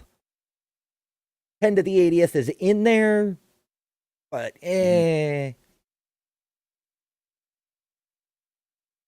Yes, unless it's a Bible verse. Then it's only going to be misapplied, misused, and misrepresented. But the Bible verse is probably accurate, yes. Order at the beginning of our universe. Even atheistic scientists such as Stephen Hawking, Richard Dawkins, and Lawrence Krauss admit this fine-tuning exists. So what Not No. really, no. No, they admit the appearance of fine-tuning. They say, hey, it looks like it's fine-tuned, but Stephen Hawking famously said if it's fine-tuned for anything, it's fine-tuned for black holes. Mm-hmm. Yeah. It hurts my head so badly. Uh-huh. It's like, as I've mentioned in previous videos, if you take, a dozen 6-sided dice and you roll them, what are the odds you get any particular answer? Maybe they're pretty low, but the odds that you're going to get a result are 100%. We have a universe that has a result. It happens to be good for us specifically, but we don't know that someone tinkered with the dice because we're here to observe it. So we only see the universe that's here to observe. We only see the dice as they landed on the table. We don't know if somebody tinkered or not, but we don't have any reason to think someone did. And the whole point is that you're sort of saying, hey, the chances of this universe occurring like this are immensely low. And we have no way to know that because we have not observed any other universe. We've got a sample size of 1. It may be, and I believe that there's sort of some arguments about, well, it could be fine-tuned better, right? The effects of gravity could mean that we have a stable universe instead of a constantly expanding universe. What about that one? Why don't we get that one? Yeah, a universe where we're not confined to, 10% of the lithosphere of one planet. Yeah. My goodness. What raises a good point, too. The halfway point between two objects are also infinitely small, and we apply the same process. It's like he was saying with the infinite time thing earlier. That's just the inverse of Zeno's paradox. Like, to use Trent's logic, you can't ever cross a distance because first you have to cross half the distance. And first you have to cross half that distance. You will never actually get there. And yet we do it all the time. That's the one of Achilles shooting an arrow, isn't it? Like at a turtle, I think it is, or a tortoise, which, please don't do animal cruelty. I vaguely recall the original form did involve Achilles, though I can't remember how it went. Well, basically, it was someone shooting an arrow at a tortoise, and because the tortoise covers a certain amount of distance, and the arrow covers a distance, and the tortoise covers a distance in that time, the arrow will never get to the tortoise. But I mean, it's good as a thought exercise about how much is the smallest unit of distance, if there is a smallest unit of distance. However, in the real world, we're having tortoise soup for dinner. Like in the real world, it does not actually work. You're going to hit that tortoise. Like some of these philosophical thought experiments are there to make you think, but they don't actually apply to things that we see in reality. Explains these finely tuned constants and conditions. If you wouldn't accept a poker buddy getting 10 royal flushes in a row by chance alone, then you shouldn't accept getting these far more improbable constants by chance alone either. And if you think we can get them by chance alone, I will happily play poker with you after the debate. Well, that's a false dichotomy. We're not suggesting it's by chance alone. We're suggesting that it could be determinism. We don't know. Determined natural processes are not chance. It's not chance that sort of says that when you have a buildup of, like, to use your avalanche analogy, when you have a buildup of snow and a snowflake hits at a certain thing, it's not chance that the avalanche occurs. It's the deterministic natural processes. And so here's some more conflation. He's kind of using chance to mean any series of causality that we cannot explain, because a lot of the time that's what we mean by chance. It was chance that air conditioner fell down and killed that person. It was pure chance that they got hit. Well, no, it's not. It's a series of deterministic causes leading backwards. It's not really like what we use to explain as chance isn't really chance. It's just anything with the determining factors that we can't explain is chance. So, for instance, if somebody brings a ball out and you win the lottery, you call it chance, but it's not chance. It is all deterministic factors of those balls hitting one another that you put in your lucky number at the start of the day. We can find, if we can look deep enough, we can find out exactly how it was determined. But we call it chance. Mm-hmm. Yeah, it's the same thing at every level. Like, people like Trent get confused because of the uncertainty principle. They feel like at the most basic level of reality, there is true randomness. But the uncertainty principle, it isn't that the location of an electron somewhere in the universe is random. It's that we don't have the ability to measure without interfering. When we try to take a photo of an electron, the photons of the flash that we use to take that photo hit the electron, and they're the same size and general energy level. The photon will move the electron, so we can know its exact position, but then we change its velocity. Or we can measure its velocity but not know its exact position. That doesn't mean there's some kind of weird magical sorcery happening at that level. It's just a limit of our current technology. That's all. So it's probable. We don't know for sure because we can't measure to the limits of infinity. Yeah. But it's probable there is no such thing as randomness in the universe. Just shit we don't know yet. It may be. The decay of radioactive elements seems acausal and random to us. Like there may be, but it's very hard to say.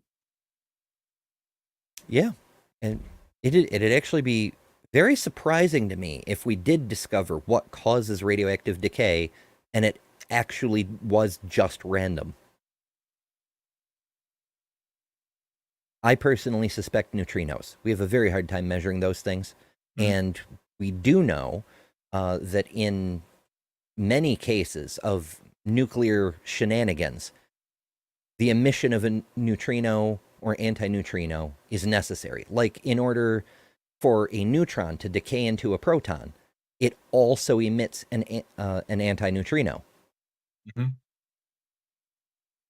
You cannot force an electron back into a proton to make it a neutron without also adding that antineutrino.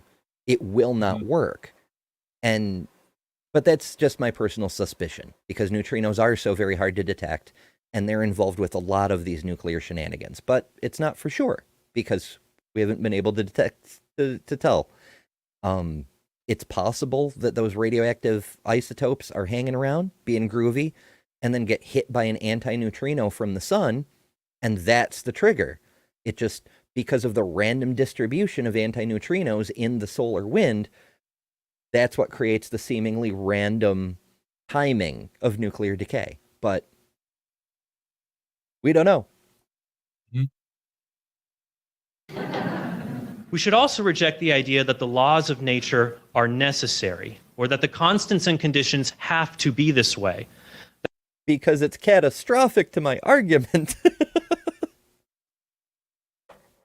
That's because we can develop scientific models where the constants and conditions are different, which implies they're not necessary. String theorists, for example, do this all the time.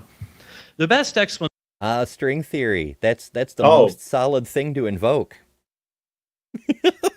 Yeah, string theory hasn't really got its legs under it as far as modern physics is concerned. This didn't age well, did it? Like, really? Let's go to string theory. Most physicists wouldn't. Yeah. Now, I enjoy string theory as an intellectual exercise, but as we've mentioned in previous videos, it's kind of unfalsifiable. Mm-hmm. We don't have any way to... Yeah, there's no utility to it. Just because the maths works doesn't mean that it's true. Explanation for a universe that is fine-tuned to produce intelligent life is an intelligent creator who wanted to make other intelligent beings. or what we I'm call sure that's what God. string theory says. Yeah, no, that's exactly what string theory says, is that, you know, it's I'm right in there. sure cutting edge of string theory says it originated from God. Yeah, absolutely. Trent, get out of here, man. Like, seriously. Yeah, an all-powerful God needed to go through all the trouble of creating a universe with these specific values and then waiting around for 14 billion years Yeah. for us to show up. And alas, I mean, maybe the point of the universe is to create other beings of intelligence equal to a God of that nature. And we're the equivalent to that as our other primate cousins are to us. Mm-hmm. We're not the end all be all of evolution. The goal, if there were a goal, would be something of godlike intelligence. But we don't know, because evolution also includes some random processes, or apparently random processes, the mutations that then natural selection works upon seem to be random. There's no, if there were a designer driving things, things would definitely look a little bit different. So there are parts of our existence, our reality, that are definitely not designed. But even if the humans were the goal, then how do you get a universe like this with so many weird design choices if it's all intentional, if the goal is to produce people like us? And how do you get such limited, finite beings with such intellects that are so very finite, trying to comprehend an infinite being? If that's the point, God kind of failed. Mm. My final argument is the argument from objective moral truths. Now, many atheists will say that they can be moral without believing in God, and they are absolutely right. Yes. In fact, Yes. I would go so far as to argue you can only be moral if you don't really believe in a God. Because if you're, I think it was Christopher Hitchens who said, and I'm paraphrasing because I'm bad with quotes, if you're only doing it because you're afraid of the divine tyrant, you're not really doing it because it's the right thing to do. Correct. Yeah. But I think that, you know, there's some sort of workarounds for that you are doing the moral thing, but it doesn't mean that it's not objectively moral. If it's based upon God's nature, then it's still morality. It's just, you know, you're not, because he didn't say um sort of that you know, you can I think it's better to say you can take moral actions. Did he say that atheists can be moral? Yeah, Because yeah. here's the thing, it depends on your moral stance, right? So it depends on whether you think, like, for instance, if you think virtue ethics is a thing, right? So if you think that honesty and bravery and these things are moral, and that's your particular, that's what you think of as morality, then you can be moral and take moral actions, regardless of whether you're doing it well, you know, regardless of the consequence, kind of thing. So if you're brave, for instance, and you go in there and try and stop a thief, even though it disrupts the police and has a bad outcome, to you, that's still moral because you've been brave. You've got virtues that embody that bravery. Now, on the flip side, just say you go for pure consequentialism, you can take moral actions even though you never intended them to happen. It's kind of that whole thing of, you know, you try to shoot at the police and hit a criminal instead. Is that a moral action? According to consequentialism, it may be. Yeah. Stuff gets complicated. So Barnaby Wild. if you are a person that is, for instance, you under the sort of auspices of being forced to do something, it's still moral regardless. If you're looking at consequentialism, regardless of why you do it, if the consequence is good, then it is moral. So it really depends on your on your position as far as morality is concerned. And yeah, this is getting horribly complicated. So I'll sort of, yeah. But I get your Objective point. morals are always tricky. Yeah. But I get your point. Like if things are objectively moral, does the reason why you're doing it even matter? And what does it mean for you to make a moral choice in that case? Does it mean that if you're only doing it for self-preservation, is it still moral? And I would say yes, it is. But a theist would probably go, no, it isn't. So Well, Trent has a bigger issue also. Like, we could concede objective morality were a thing. It doesn't follow that that means there there's is God. a God. Yeah, you might be basing it it's an upon evolutionary imperatives or natural order of the universe. Doesn't require a God. Yeah.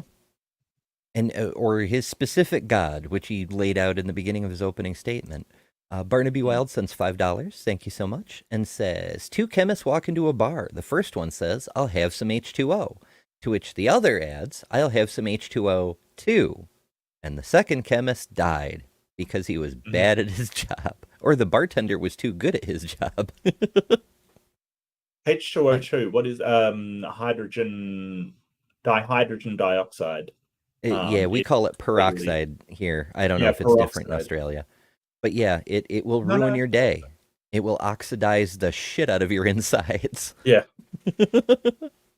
We use it, I believe the household variety of it is 3%. It's 97% standard water and 3% peroxide for disinfecting wounds, and even that burns like hell. Yeah, hydrogen peroxide, that's the one, yeah. Yeah. Kamikaze says that probably only applies to the Christian Islamic God. There might be other gods out there who don't threaten you into being moral. That's true. But you wouldn't get objective morality from those gods. Well, maybe. Well, I mean, it depends. It really is it depends. moral to threaten mortals into being moral? Is that the moral thing for a god who is all moral to do? Does morality even apply to a god is the question you're asking. Like, does morality even apply to it? I don't know. I mean, morality usually is a code of conduct over a society. So the question would be, is it ethical for a god to do that? I don't even know what ethics to a god would mean. Most Christians appeal to God's nature as the source of morality, but we know that's not true because God does all kinds of horrible things that apparently are in his nature that he doesn't want us to do. So we know that's not true. So yeah, I don't know. I have no idea what that would even mean.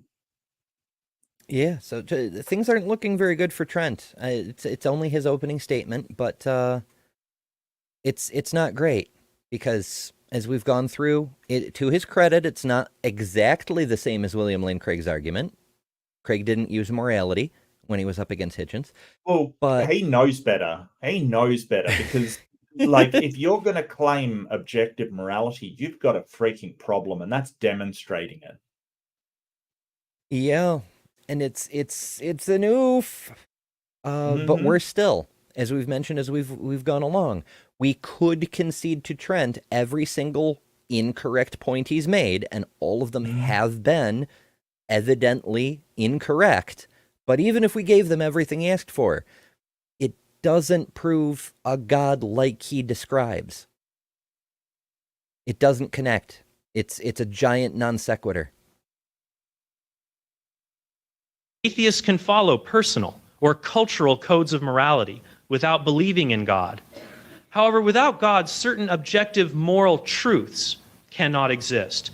The famous atheist J.L. Mackie once said that moral facts are so strange that they are unlikely to have developed without, quote, an all-powerful God to create them. An atheist.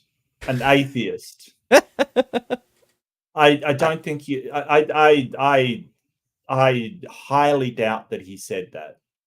I don't think moral facts actually exist. Right? I don't think fact is something you can apply to morality. I don't think that you can say, hey, this is a moral fact. Yeah, that's like moral realism kind of stuff. Yeah. It's like linguistic realism.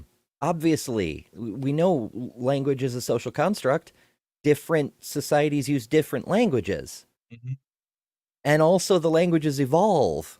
And it's why, well, God speaks English because the KJV, like, language is so complicated, it must have come from a divine creator. And I What are think we that- talking about?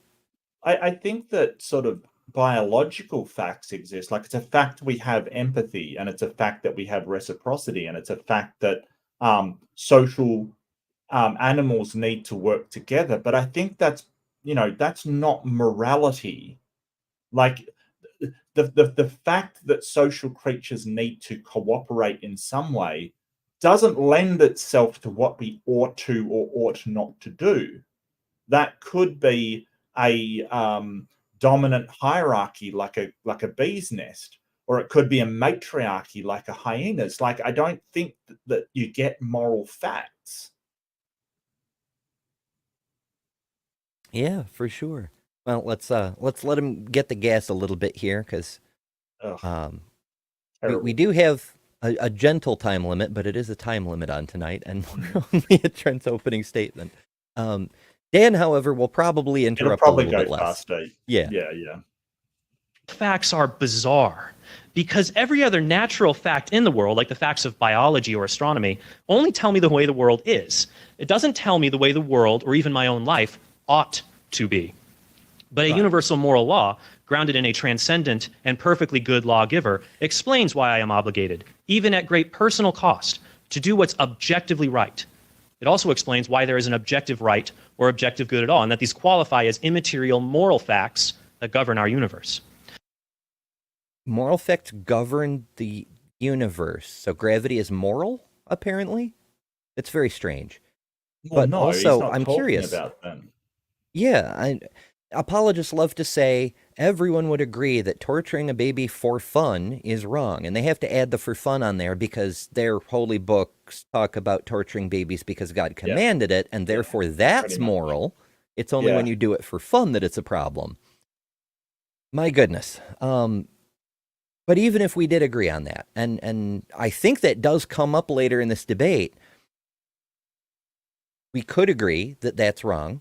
We could even say that that's a moral fact because we've determined what the laws of morality are, like we determined the laws of speed limits. But on the other end, saving an old lady who's about to be hit by a dump truck is a moral good. But where do you put the line in the middle? It's where you draw that line between something being objectively good and objectively bad that it starts to become apparent that it's arbitrary and very subjective. For instance, is it a moral good to kill Hitler? Go back in time, kill Hitler as an infant. You're saving the world a whole lot of trouble, but you're also killing a baby. Mm-hmm. Is it objectively good or objectively bad? Yeah, and I think that just because everybody in the world agrees on something doesn't make it objective. It's like everybody in the world agrees that ice cream is delicious. It doesn't make that objective, right? Just because everybody agrees on it, it's still doesn't make it objective. Like, you've got a problem here of everybody holds the same stance, so it must be objective. No, it has to be stance independent. It could just be that because of the way that humans developed, that everybody in the world that is rational thinks that a certain way. It doesn't mean it's objective. That's just an ad populum. Yeah. To be truly objective, it has to be mind independent. And if it depends on the mind of a immaterial mind being out in transcendent verse, whatever the fuck that means, then it's not objective. You've just moved Right. the subject away from your. And I think this was the point that Hitchens was trying to make in that debate back in the day. It's actually less moral to be a theist if there were objective morality, because you're conceding your own agency to make your own decisions and simply importing the morals of your God. Yes.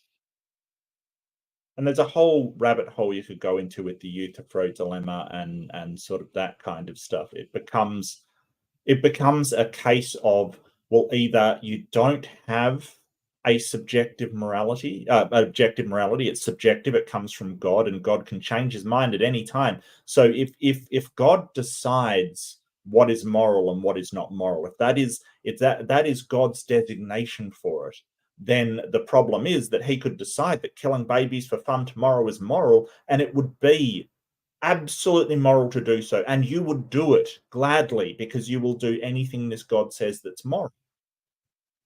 Or it comes from somewhere else. And if it comes from somewhere else, where does it come from? Yeah. Well, we could go on and on about that one. Yeah.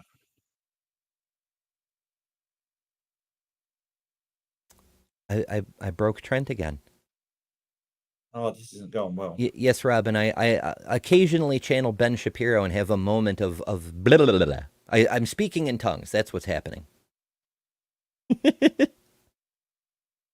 Oh, 1343. I remember when I was in the No, go back. There we go. And bigify. atheists sometimes reduce morality to minimizing harm. But along with the fact that this just doesn't explain why there is an immaterial fact that says I ought to reduce overall harm, and that's true, this is a severely impoverished view of morality. It doesn't explain why some actions, like raping women, are always wrong, even if there are cases where those actions would reduce overall harm. Atheism also can't explain why. It's really revolting to me that he feels like he has to go that route. Yeah. I find it offensive. How would that reduce harm, lazy. though? I'm struggling to think how that would reduce harm. You could concoct various scenarios, but I've heard a few. I don't want to go into it because it's really, really lazy and very offensive. Like, no, that's fair. When I was editing this, I wanted to bleep out all the sections where he puts in that word, because so many people have had to deal with sexual assaults of various kinds, myself included. It's not fucking cool for him to just throw it out there like his toy to use to prove his point, show his arrogance and all this hubris. That's totally fair. But it comes up so many times. I didn't have the time to edit every instance out of the debate. So it's in there, but it's sort of just an appeal to emotion is what it right. is. He's just trying to make people go, oh, well, that's awful. It's got to be objectively bad. And we can condemn it. We can basically be against it. But is the universe going to care? And I don't think it does. And I don't think a God is doing... If a God exists, he's not doing anything about it. Mm-hmm. Yeah. And why has he got to phrase it that particular... Like, why not essay of any human? Why has it got to be of women? Like, it's so weird, so borderline misogynist that he'd go there. Why we have human rights that must never be violated, or what these immaterial rights even are. What are they made of? Where are they? Atheistic morality doesn't explain why... We've got laws. Where are they? What are they made from? Imagination. What the hell, dude? They're just a social construct. Don't you know how social constructs work? The laws. You can say, hey, the laws don't really exist. You can be a sovereign citizen, but the law won't care. Mm-hmm. Now, laws actually are objective, even though They're not necessary. We create them. But once we put them into effect, it doesn't matter whether you agree or disagree. What you believe about them, or like the speed limit is the speed limit. We can change it, but it's It's outside not of your... objective though. I guess I know what you're saying. It becomes sort of like an objective thing, but it's not. It's still not objective. I'd ponder that for a while, but that's... Mhm. It's a tangent anyway, so I'll just let that one go. That's fair. I'm sorry. Thought I... We have moral obligations, not just to do no harm, but to love our neighbor, even at great cost to ourselves. But obligations only make sense among persons. And finally, atheistic morality can't explain why it's wrong to engage in acts that don't harm anyone, like someone staying at home for an entire Saturday fantasizing about killing children, but never acting on it. I would argue that is still harmful, at the very least, to the person who's spending their Saturday that way. That's very disturbing. And sort of, so you're speaking specifically about minimizing harm, which isn't really what a lot of atheists and secular humanists are actually after. It's more increasing well-being.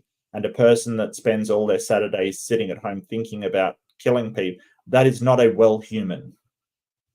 Mm-hmm. I hope we can agree on that. Yeah. Like, who knows maybe the person is sitting at home all Saturday dreaming about doing harm to infants because he thinks it's God's will. After all, Right. The God he believes in has commanded something like that before. So in conclusion, rather than start from what we don't know, my arguments start from what we do know and arrive at the existence of God. And Dan will have to refute those arguments to show God is imaginary and not real. So thank you. Shifting the burden. We're just going to boogie it on over here. So you make next to the movable goalpost. The whole bunch of arguments he's going to have to refute. Like, seriously, none of your arguments got to a God. Yeah, I mean, if I were Dan, okay, if I were Dan, I would have said exactly what I've said over the course of this debate review, because I, like many other debate enthusiasts, really like knocking down every single bad argument. You see a nail, you want to hit it with your hammer. Yep. But if I were constrained for time, I'd get up there and be like, I concede all of Trent's points. He still hasn't demonstrated how a God is an entailment of these. Yes. So he hasn't met his burden. Like, what are we doing here? Yep. Thank you. Thank you, Mr. Horn. The funny thing is you could put a magic unicorn in there for all of those and it would work exactly the same. That's the hilarious thing. You could put in, magic leprechauns in there and it would work exactly the same. Every single argument. You've got theological argument, you've got fine tuning, you've got the transcendent argument. All of them would work exactly the same with a magic creature in there, or, a Blarney stone, a magic stone causing it all. Work exactly the same. Or Nil, over there, the great not God and creator of creator gods, which is, of course, the answer to the question we've been asking earlier. Where did God come from? That was in the chat for anybody who's, listening later. Well, but then it poses the question, where did Nil come from? Oh, well, Nil is nil. See, this is why I enjoy my particular made-up mythology. Yeah. Like, so many atheists have their own made-up mythology to illustrate how silly this can be. Like, Matt Dillahunty has universe-creating pixies, and Forrest Velkai has Roland the Closet Goblin. But because mine is nil, then it's literally creation ex nihilo. I enjoy my wordplay. Leave me alone. Fair enough. Thank you, Trent, and thank all of you for coming. It is indeed Darwin's birthday, so happy birthday, Charles Darwin. Darwin, in his autobiography, wrote, "I can indeed hardly see how anyone ought to wish Christianity to be true. For if so, the plain language of the text seems to show that the men who do not believe, and this would include my father, my brother, and almost all my best friends, will be everlastingly punished. And this is a damnable doctrine. That's a good pun, by the way, a damnable doctrine. Now, I know we're not arguing for Christianity today, but Trent is a Christian, and the personal God he's talking about, a supreme being, is the God of Christianity. And for the very same reason that the ancient Greeks rejected a lot of the local gods like... Okay, just to interrupt Dan briefly, we got a thing started. Ed says, I need my own made-up deity, or just accept Lisa the Rainbow Giraffe, Leaf be upon you all, Moorhen, which is valid. Pandora's Unboxing says, Nil was created by the Flying Spaghetti Monster, who was created by the... I'm not sure what IPU is, but who was created by Lisa the Rainbow Giraffe. So we actually did sort this out. John the Skeptic, who is the mind behind Lisa the Rainbow Giraffe, was on our friend Brentley's channel, The Punk Apostate, which is tons of fun. You should go subscribe if you haven't. John was a guest on there.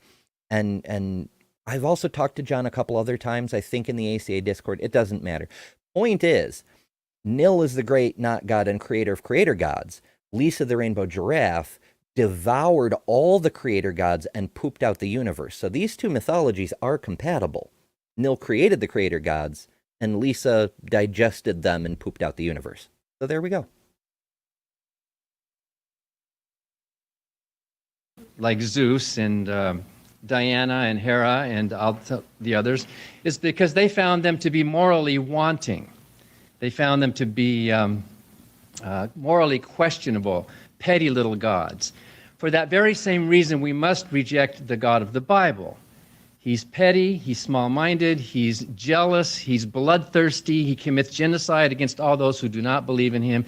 He calls me a fool because I don't believe in him, and I'm going to have to suffer eternal punishment. He needs one day of the week to be worshipped. If you go through the Bible and look at the... Isn't it weird that he needs one day of the week to be worshipped, but his believers don't agree on which day that is? Yeah.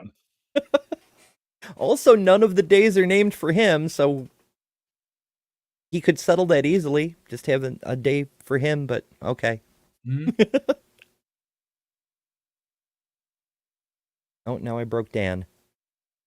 I got to stop breaking these poor debaters. Oh, 1628. I remember when I was in... Do. Wow, is it like every time you pause it? Not every time. What are you using to play it? Like, what are you actually using? day of the week to... It's playing in a Chrome window. Oh, okay. Maybe try another browser. Oh, it has to be Chrome for the sound, yeah. Yeah, like I could play it as just a direct MP4, but I've found in the past that tends to freeze up in a completely different way. And at least in a window I can refresh it. Mm-hmm. Yeah, don't break Dan. Or Dan. He still has more work to do. He's still the co-president of Recovering from Religion, I believe. Mm-hmm. Yeah. Busy fella. You worship. If you go through the Bible and look at the antics and the views and the actions of the Christian God, for the very same reason, that God must be dismissed. Of course, we're arguing in general terms, and what Trent seems to be arguing for is a little bit more of a generic, perhaps deistic type of a first creator, although he did call him personal. I used to believe in a God. I used to believe strongly in the God of the Bible. I dedicated my life, 19 years of preaching that message. I felt it. I felt love. I felt purpose. I felt like the Father was with me and guiding me, and there was no reason why I should leave it except that I discovered that it's not true. It's not rationally justifiable. I mean, that's a good reason to stop believing something. You find out it's not true. Alex Markle says, or you could be Catholic and take literally every excuse to turn a social function into mass. Now, this pertains to a conversation that's been happening in chat with how Catholics particularly, but other religions tend to insert God into places where it doesn't really belong. But the way that's phrased, you can turn any social function into mass. That makes me think of what we were talking about earlier with the way that every particle in the universe distorts space-time and causes the effect we call gravity. The Catholics have a way of turning even social functions into more gravity. And that's pretty heavy. I need coffee. Send help. Arguments that Trent gave tonight are not good arguments. What they are basically arguments that amount to a God of the gap, and there are also some fallacies in his reasoning, which I'll explain during the rebuttal. Fallacies of reification, some category errors that he's making, which philosophers find easy to point out in your logic, so we will get to some of that. But in any event, the burden of proof for this question is on his shoulders. He needs to prove it. We atheists don't have to prove there's no God. It'd be like me trying to argue, I know that leprechauns exist. They do. Have you ever had a box of Lucky Charms? Look, there's the picture. Leprechauns exist. And if Trent says, well, Dan, you can explain that, with cultural story, explain, you need to, what is your reasoning for actual proof of leprechauns? And I say, no, Trent, you have to prove that they don't. You have to prove that they don't exist. Otherwise, I'm justified in believing that they do. It's kind of sad that he has to include that in his opening statement to explain the basics of how the burden of proof works. Yeah. But, I mean, we all do. It comes up all the time in these debates with theists. Yeah. I borrow Matt Dillahunty's example. It may not even be his originally. It's just a great example. Like, we have evidence for Spider-Man. We have better evidence for Spider-Man than for the God of the Bible. Like, Sure. for example, New York City exists. So it's on par with the fact that Jerusalem exists and Galilee exists and whatnot. Also, I literally have pictures of Spider-Man on my computer right now because I just did a Comic-Con last week. Like, Spider-Man was there. I kind of want to pull one up, but I don't want to take the time to go dig one up, if you follow my meaning there. Because there's a lot of files. But, I'm sure everyone's seen them before. There are cosplayers who play Spider-Man. So, and newspapers exist. Newspapers used to have photographers. And Peter Parker was a photographer. So that's another line of legitimacy. It goes on and on and on. And the text has a ton of people who have seen Spider-Man. Over 500 witnesses. Way over 500 witnesses. Way over, yes. Yeah. Atheism is not a belief that there's no God.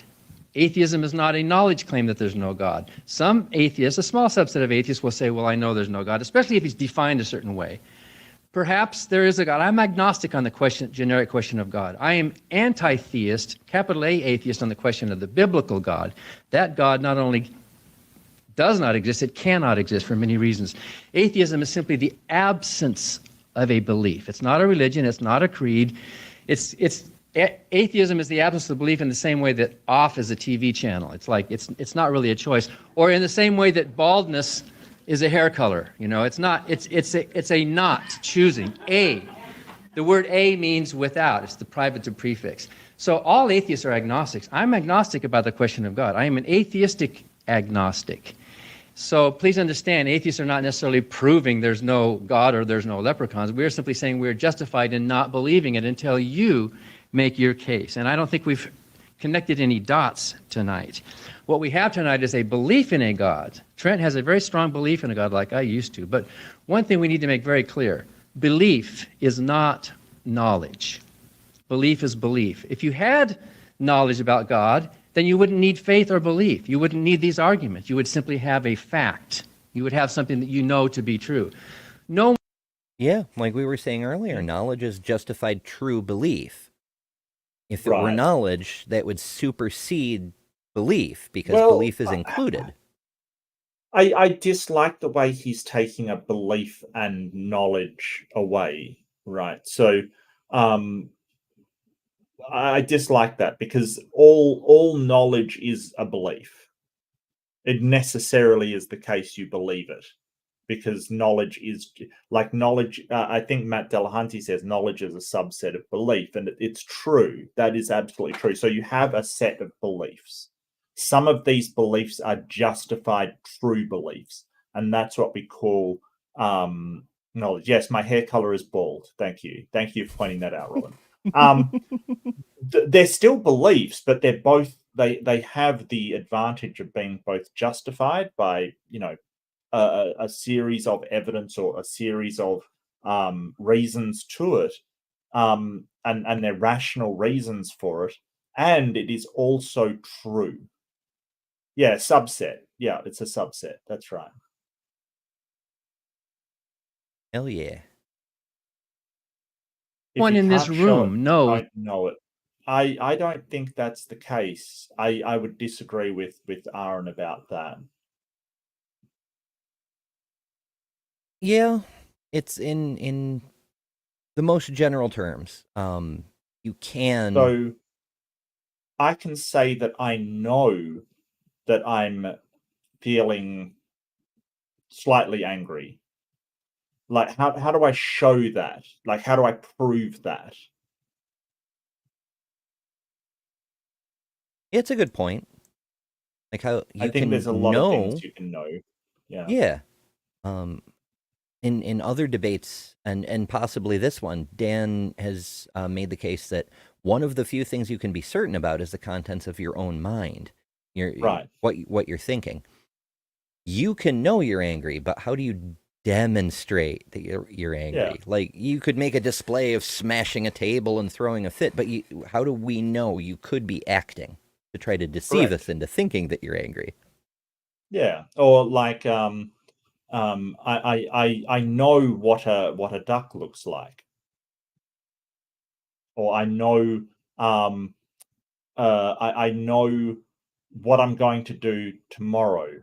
How do I demonstrate that?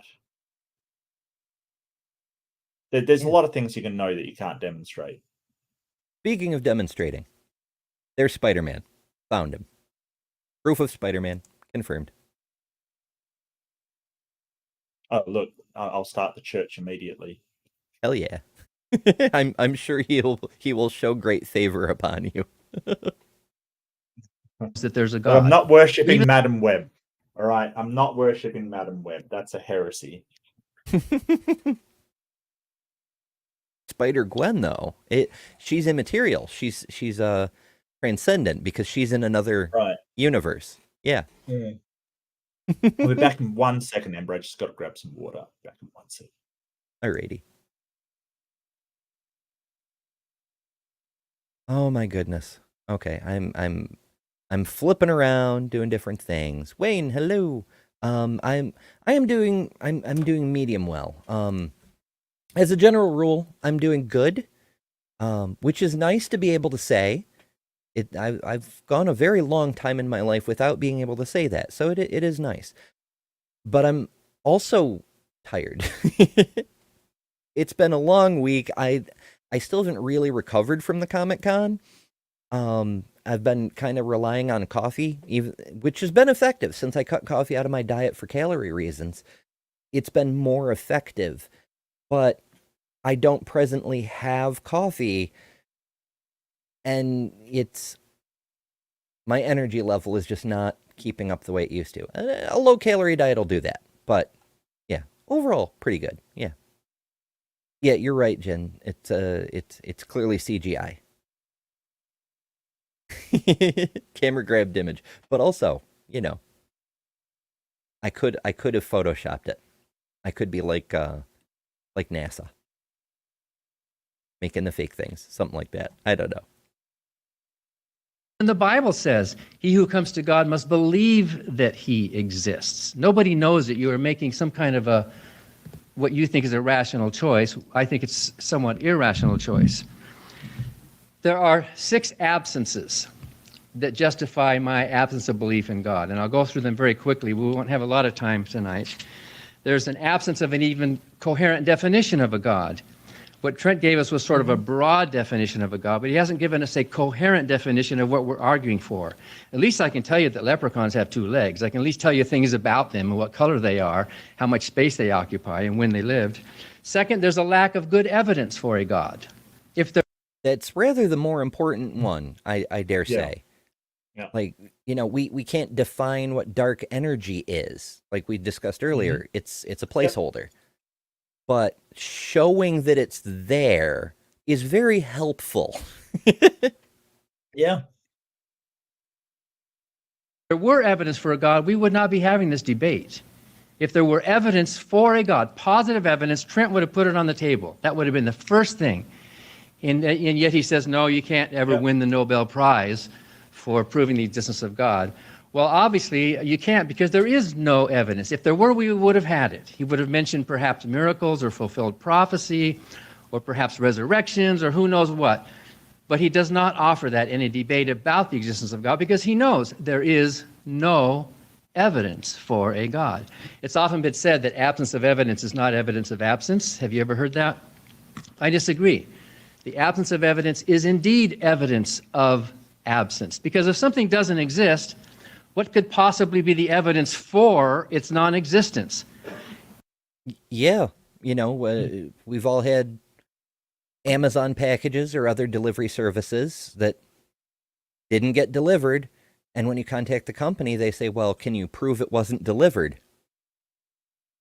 I'm going to take a picture of my empty front porch. What do you want? I can't prove it's not here. And I think Carl Sagan, I think it was, that said absence of evidence is not evidence of absence, except when you should find evidence and find none. Like when that evidence should be there. So if somebody says, hey, I've caught a pixie, and then you go, well, show me, and they show you nothing, then that is actually evidence of absence, because you would expect to see the pixie when he shows it to you. Yeah, or to use J. Warner Wallace terminology, if you go to a murder scene and you find a suicide note and a rope and a locked door, locked from the inside, no signs of break-in, no bullet holes, no poisoning, no anything. It's not a murder scene. There is no evidence. If it were a murder, there should be evidence to indicate it was a murder. The absence of that evidence is evidence of the absence of a murderer. It is true that the absence of evidence is not proof of absence, but it is indeed evidence of absence. The question of God is indeed a scientific question, unlike what Trent thinks. Because if there's a God, it's a God that exists in reality in a way that can be observed. Reality would be different if there were no God than if there is a God. We should have some way of knowing and testing and seeing whether or not that God actually exists. Yeah, absolutely. And Sure. in fact, that's the only evidence that's been presented so far, like actual evidence. Well, we shouldn't, we might not be able to test the God directly, but we should be able to get evidence of the effect that the God has upon the world. Now, if you're sort of claiming a deistic God, one that sort of, started the universe running and then pieces out for the rest of the time, then that becomes a bit harder, because we would just expect to see the deterministic nature of the universe and nothing else. But he's not postulating that one. He's talking about a personal God, one that interferes on the personal lives of its followers. So we should expect to see something happen, and these miracles happen, but we don't. Yeah. And Trent's God makes certain promises about miracles that don't happen. So he's actually got negative evidence for his particular claim anyway.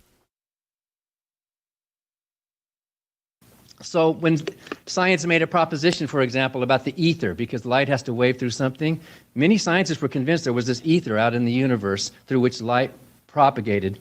That was a hypothesis. We even still have the word ethereal today based on that.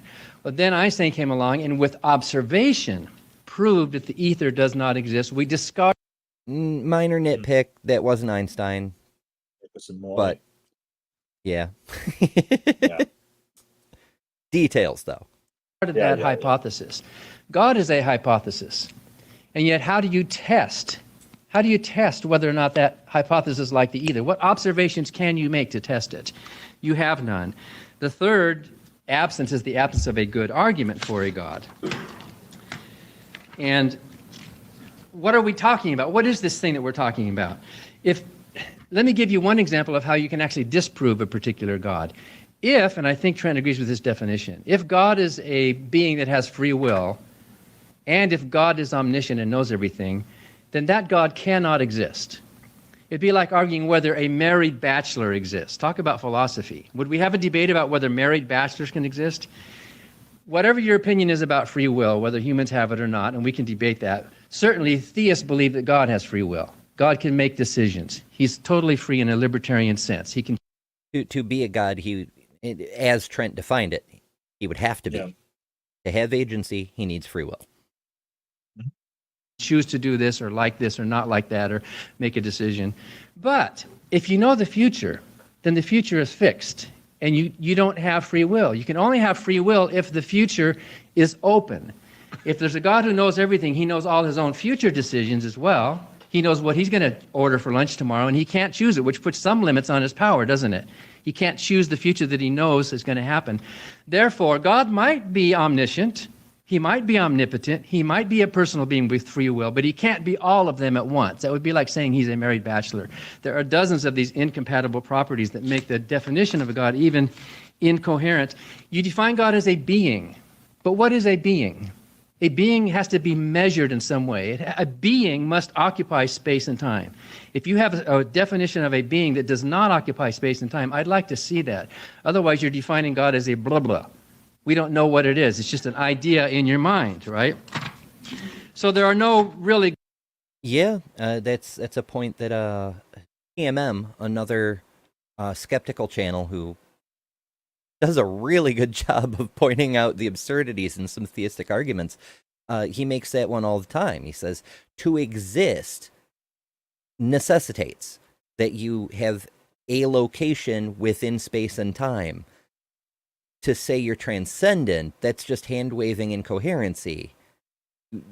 If you don't exist within space and time, you functionally do not exist.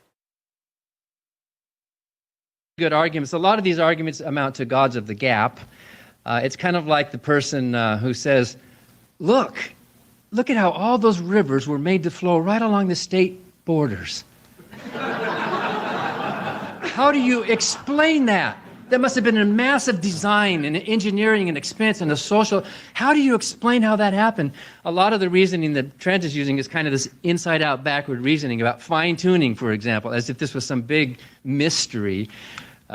We'll talk about during rebuttal a little bit, but Victor Stenger, the astrophysicist, has wrote a wonderful book about the fallacy of fine-tuning, which I hope we get a chance to talk about. The cosmological argument that Trent raised actually begs the question. It's circular logic, and I'll explain that when we get into our rebuttal. The fourth absence that we have that justifies the continuing lack of belief in a God is the absence of agreement among believers. Why don't you believers get your act together first about the nature of this God and its moral principles, and then come back to us to tell us about it? You all disagree with each other. You fight with each other. You kill each other. You have 30 years of wars. You have sects and denominations, even though the Bible that Trent believes in says very clearly, let there be no divisions among you. Think with one mind. God is not the author of confusion, Paul wrote. But can you think of a single book that's caused more confusion than that Bible? They're all over themselves. Protestants and Catholics, of course, is a big example of that, but all over the world, people thinking they know what this God is like. Philosophers and apologists disagreeing with Trent's definition of a God. They are not of one mind. Yeah. I mean, we've noticed the Islamic apologists tend to be a decade or two behind the Christian apologists. They'll use the same arguments, though. Yeah. It's identical arguments. I completely refute the idea that atheists are ill-equipped to deal with the Muslim apologists, because they're just using old arguments from the Christian apologists.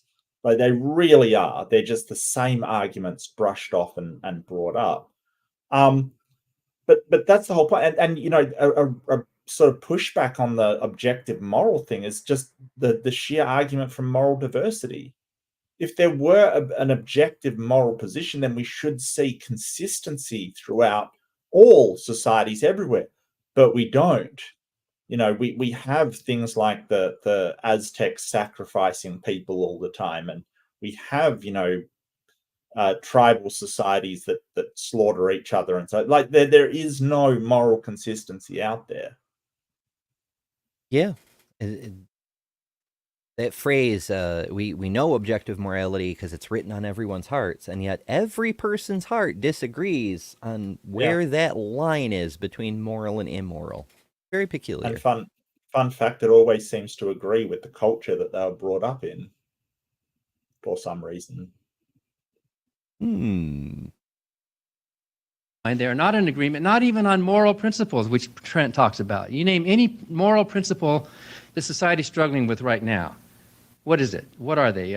Gay marriage, abortion rights, birth control, the war. What else? Physician-assisted suicide, the death penalty, gun control. Name whatever they are. You can think of a bunch of them.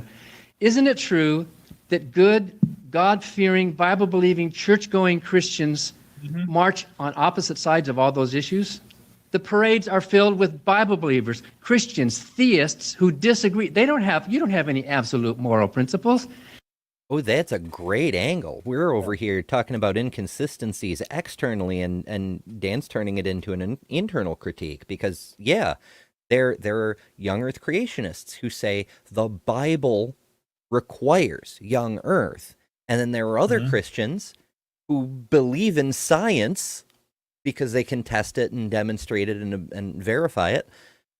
They still believe in Christianity, even though the underlying fundamentals are completely different. There are Christians who say, gays are demon-possessed sinners doomed to burn in hell, and there are other gay people who are Christian. Right. There's no moral consistency whatsoever. And then there's the whole slavery thing and the other immoralities the Bible outright commands, but I'm sure Dan will get to that one. Yeah.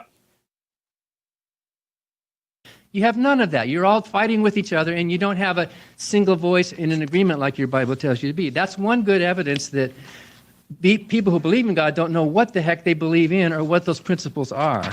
The fifth absence, of course, is the lack of a good reply to the problem of evil.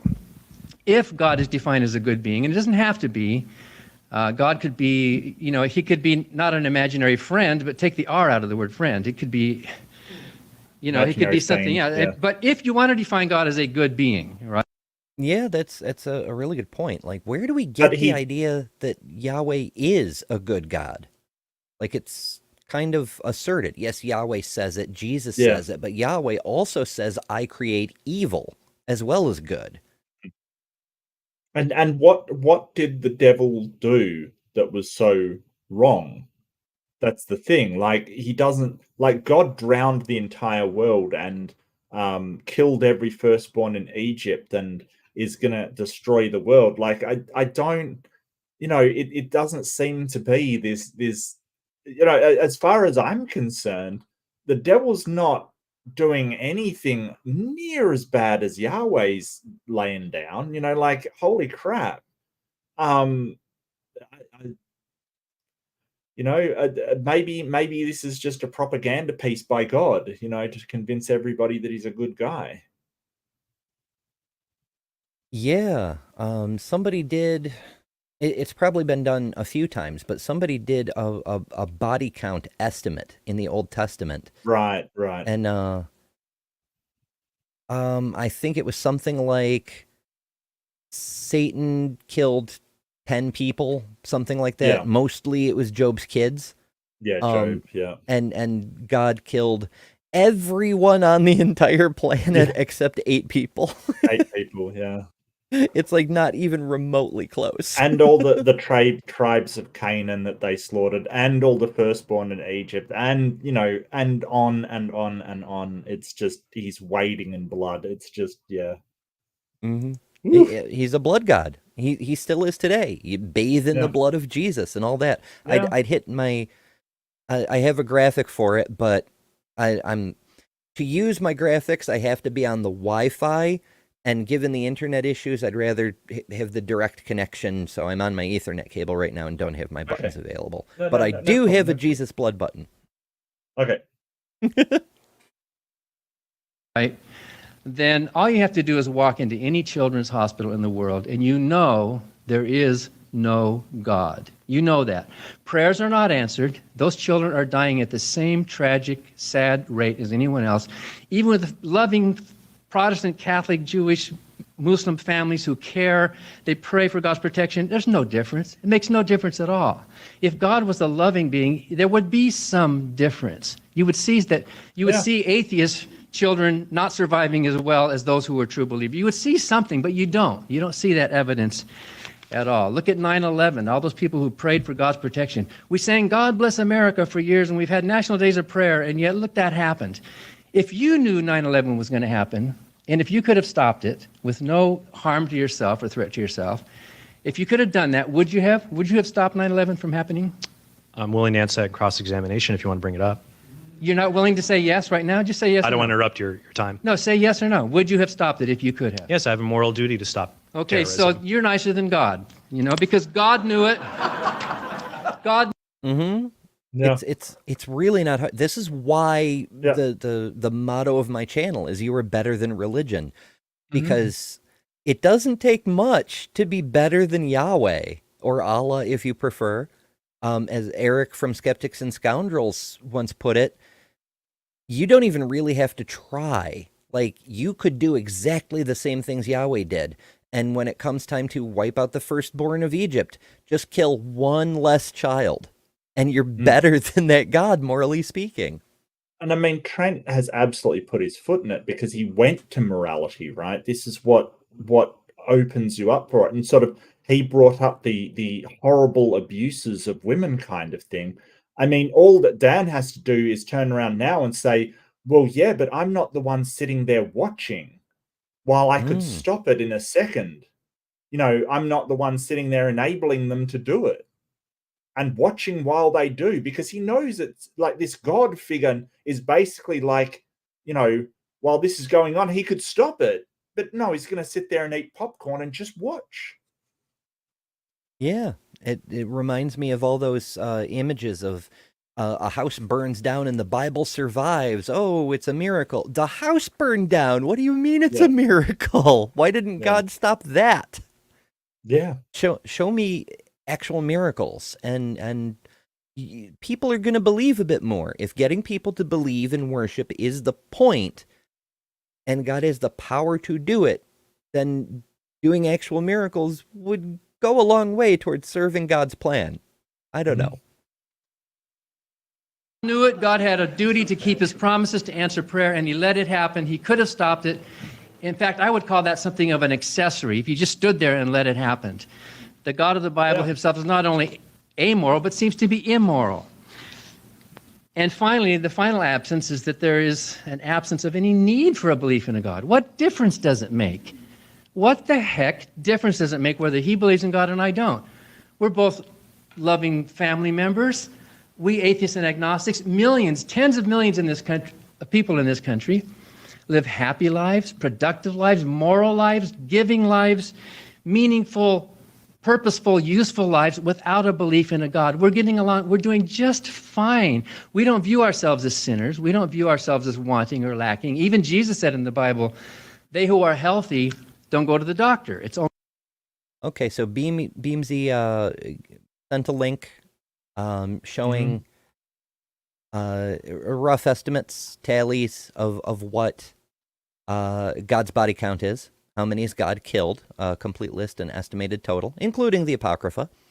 And it's got Bible's number where it's available, the reference, and an estimate of what the real thing was. We're calling it 20 million for the flood of Noah, that sort of thing. Right. And Yeah, there's a lot of things, but the final total is numbers given by the Bible when they're provided is a little shy of 3 million.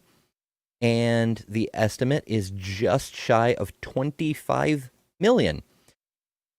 Now, a slight caveat, if the Christians are right, then technically God kills everyone. Yeah. But we're talking just biblical events here, so, that's fun. So sort of direct intervention kind of thing, directly intervening to cause stuff to happen. Yes, a premature angelification. Yeah, let's go with that. Okay. Yeah. Only they who are sick. People who believe in God think there's something wrong with themselves. They're sick, they're bad, they're sinners, they're going to go to hell. There's some.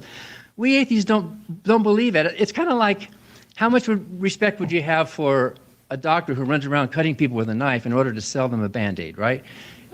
It's salvation and sin are phony problems. If salvation and religion are the cure to the problems of the world, well then atheism is the prevention. Just don't go there. You don't have to go there. I like that. Atheism is the vaccination against the mental disease of religious indoctrination. I think maybe It's almost a snappy skepticism slogan. Maybe. Yeah. Okay. Critical thinking. Secular humanism is a value. I can't say atheism because we've met atheists who have some very harmful ideas but are still atheistic. Yeah. But I if you do want to appeal to the religious right, I probably wouldn't use the word vaccination in there because they will probably, balk at that idea. That's a good point. I mean, it only has saved tons of lives and, stopped polio and all kinds of stuff, but just saying. What does that matter? 5G microchips, though, or something. Well, that's true. Yeah. And there's the question: like, if God sent polio, and we vaccinated everybody in the world against it, thereby stopping it, is that immoral? Yeah, we're interfering with God's plan. How dare? Correct. Yeah. his ineffable plan from the all-powerful deity. Yeah. Nothing to be gained from it. Take all of these things together. Take all of these absences of a coherent definition, absence of good evidence, absence of agreement among believers, absence of a good reply to the problem of evil, absence of good arguments, and absence of any need at all for belief in God. It's much more rational not to believe in a God. Take it to Barker. Overall, pretty good reasoning.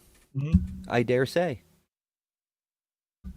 It is hard to present evidence, but if you're stuck making arguments, then there's that.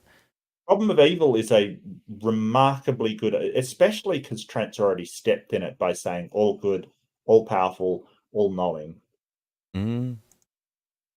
He's already absolutely stepped in it. I mean, even just saying all powerful, like omnipotent, that's got problems in and of itself. Because you've got the omnipotence paradox.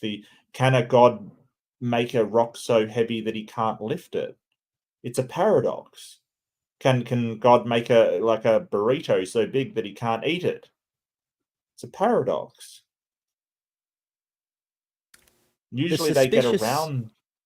Well, usually they get around that by saying maximally powerful, right? Which is a bit of a cop out. And while Trent clearly has some problems understanding some kind of basic fundamental concepts of both science and logic, he's not dumb. So the suspicious part of my mind wonders if he did that to be a red herring, to cause the discussion to veer down that road in particular and avoid something else.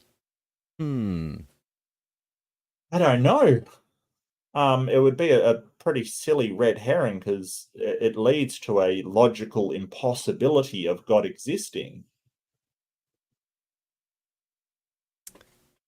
Yeah, I don't know. I'm just suspect. Can't trust these theists. No, that's fair enough. They think killing babies is a good thing.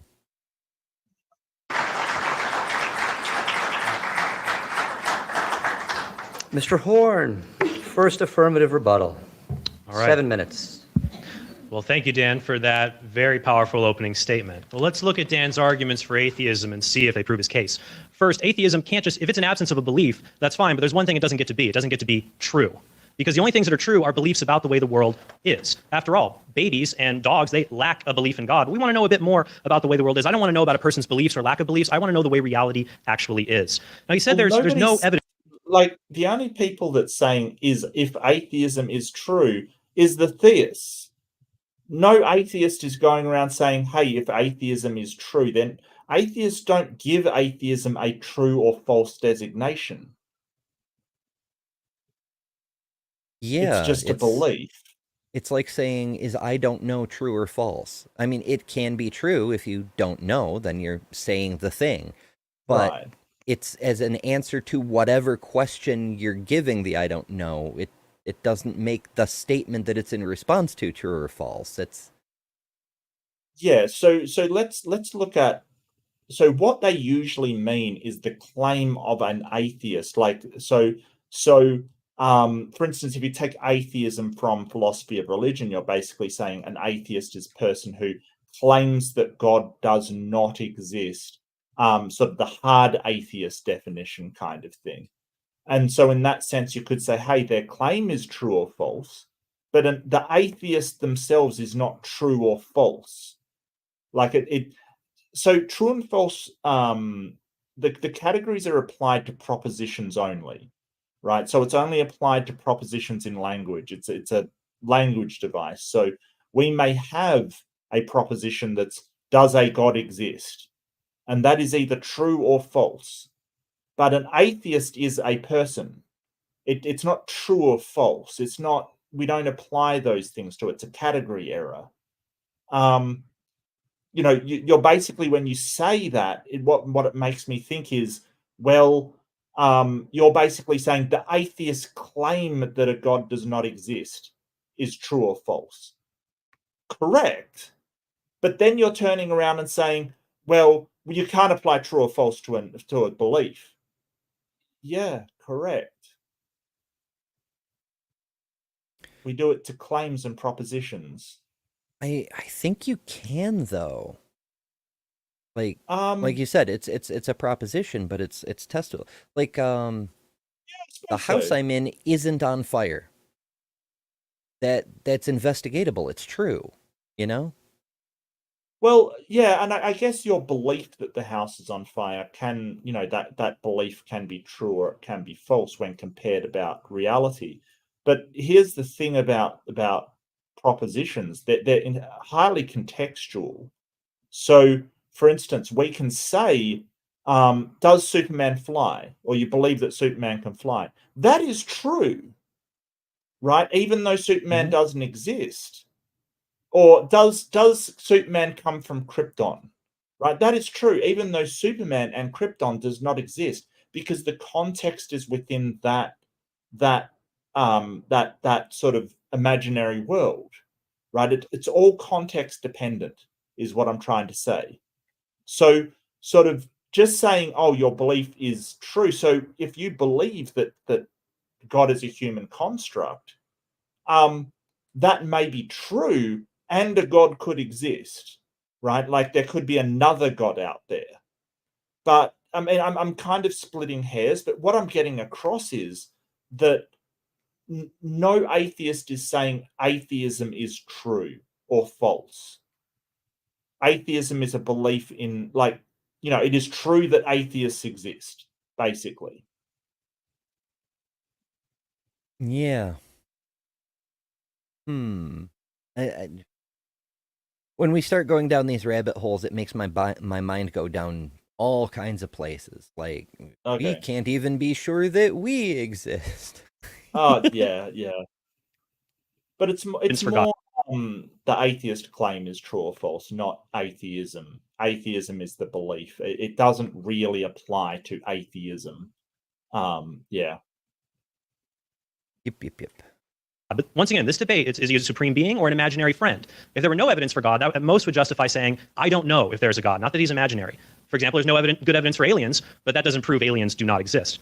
He also said, well, why haven't scientists... Well, no.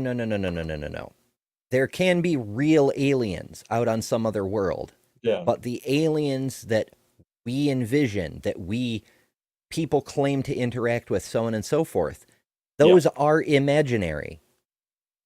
People claim to be abducted. Yeah. Yes, there could be a real God, but Trent's God is imaginary. Like, yeah, These are not mutually exclusive. And the weird thing is that Barker already covered this by saying, hey, I am agnostic about some gods, like the deistic God that he's kind of alluding at, but his God is the Christian God, and he said he is a completely atheist about that God. Yes, that one definitely is imaginary. You know, like, he's already covered this. Mm-hmm. Found God, but as I already said, the existence of God is a philosophical question. Not every question can be answered with science, because science uses empirical evidence for natural testable phenomena. It can't do anything. Right. And that he doesn't seem to see how this is a problem, why it's a problem. If it exists, there should be a way to demonstrate that. The fact you can't is itself powerful evidence that it's a figment of your imagination. Yeah. Because if your God is doing things on the earth, then we should see the effect of that in physics. We have to.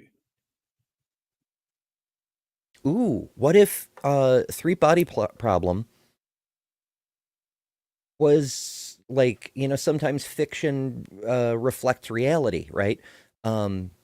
Spoiler alert for anybody who hasn't read Three Body Problem. I don't know how the show goes, so it may be different in the show. Aliens are fucking with us in the story.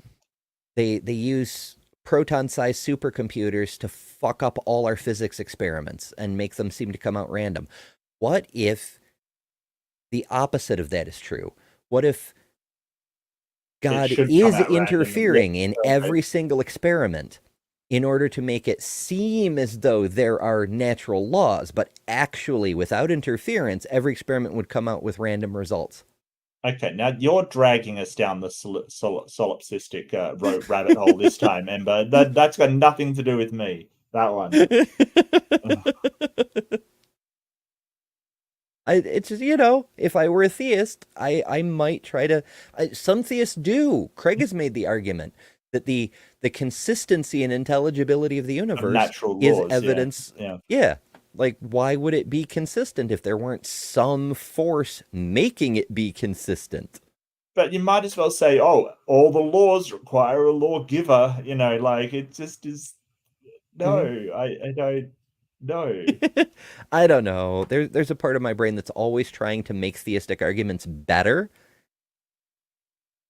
Like, I'm still trying to pin down exactly what the fuck the Trinity is supposed to be. It just, you know. I don't. Yeah, that's completely nonsensical to me. Yeah, fun times. Everybody needs a hobby, I guess. Yeah. About the immaterial, and philosophers still debate the immaterial to this day. A recent survey of over 3,000 professional philosophers found they are divided right down the middle over the existence of things like moral facts, numbers, and the nature of free will. The fact that there is a debate about the existence of these things only proves one side is wrong. It doesn't prove the thing being debated does not. Or everybody could be wrong. Yeah. That happens a lot too. Numbers?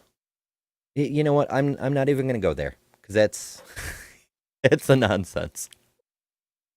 Barnaby Wild sends $5. Thank you so much, and says, get a shirt in your merch that says Atheist Agenda in Progress. I'd get one or two. Okay, I'm going to make a note of that, because to the best of my knowledge, even though people ask for merch from time to time, I have yet to sell anything ever.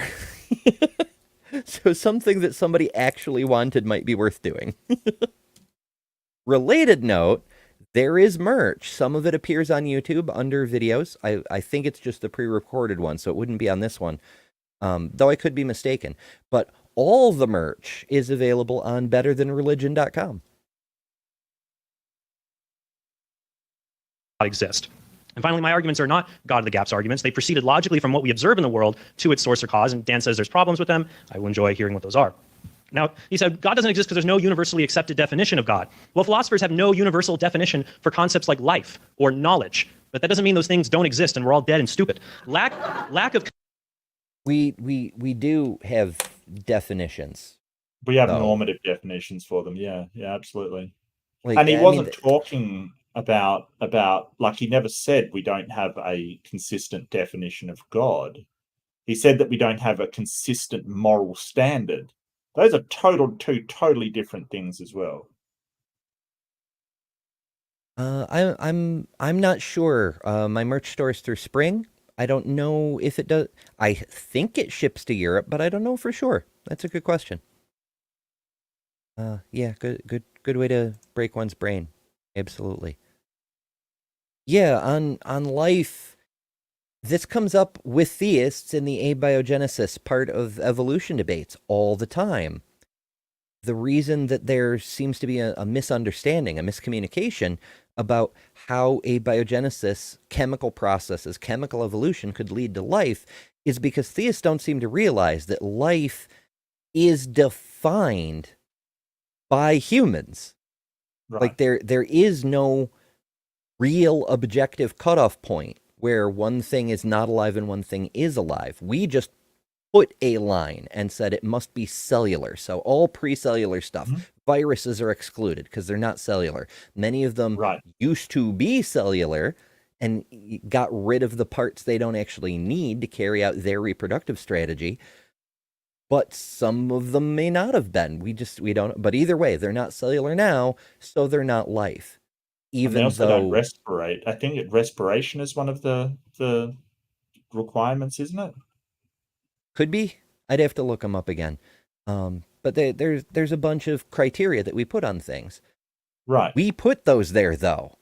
There are things running around the world. You know, you could put the line anywhere you want. You could say it has to have some kind of data storage, either DNA or RNA, in order to produce its enzymes and proteins and whatnot, which also isn't strictly necessary. That it has to have organelles and other microfunctional factories. And viruses, again, show that's not strictly necessary. As long as there's other cellular machinery you can hijack, there's a whole bunch of different things. But we put those there. It's the same with a lot of these concepts. They wind up being arbitrary definitions that we created for our own ease of use, not because there's some universal wall, barrier, synonyms. English is hard. And I do have to say as well, definitions are usages. They're not prescriptive of anything. They're just how we use words. So things like there's normative definitions, which are the sort of most widely accepted and standard used definitions. But the definitions are just the way that people use those words. They're not this transcendent thing that makes something what it is. No, it's not. It's just a usage of the word. Yeah, we run into that a lot too with social issue debates. Oh, well, the definition of this thing.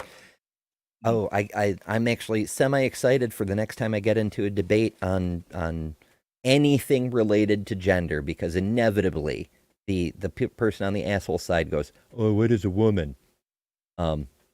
Yeah, and they like the Matt Walsh definition, one of over a dozen definitions of woman from the dictionary, but they like the one because it's so simple. It's only 3 words. I can beat that. I can do it in 2 words. What is a woman? A category. It's a concept we came up with because it's a social construct. Yep. Reggie gifted 5 Emberships. Thank you so much. Those went to You Are Victoria, Spielkolb von Sparta, L. Trucker, Ian Chenna Official, and Marty Camejo. Is it Camejo or Camejo? If Marty, you're still around. I'm bad with pronouncing things, but I do try. I do my best. But yeah, thank you, Reggie.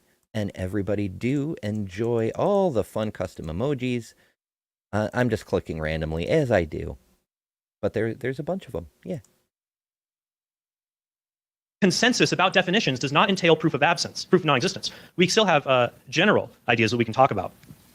Now, Dan said that you can show God doesn't exist because he's a logical contradiction. He says God can't be a free person because his foreknowledge would keep him from changing his mind later, and that's why he needs to be a person. But why should we believe that? Humans change their minds because they acquire knowledge progressively and make mistakes. God knows everything at once and never makes a mistake. I changed my mind because I didn't know ex-girlfriend is at that party. God doesn't have that problem because he's omniscient and has no girlfriends.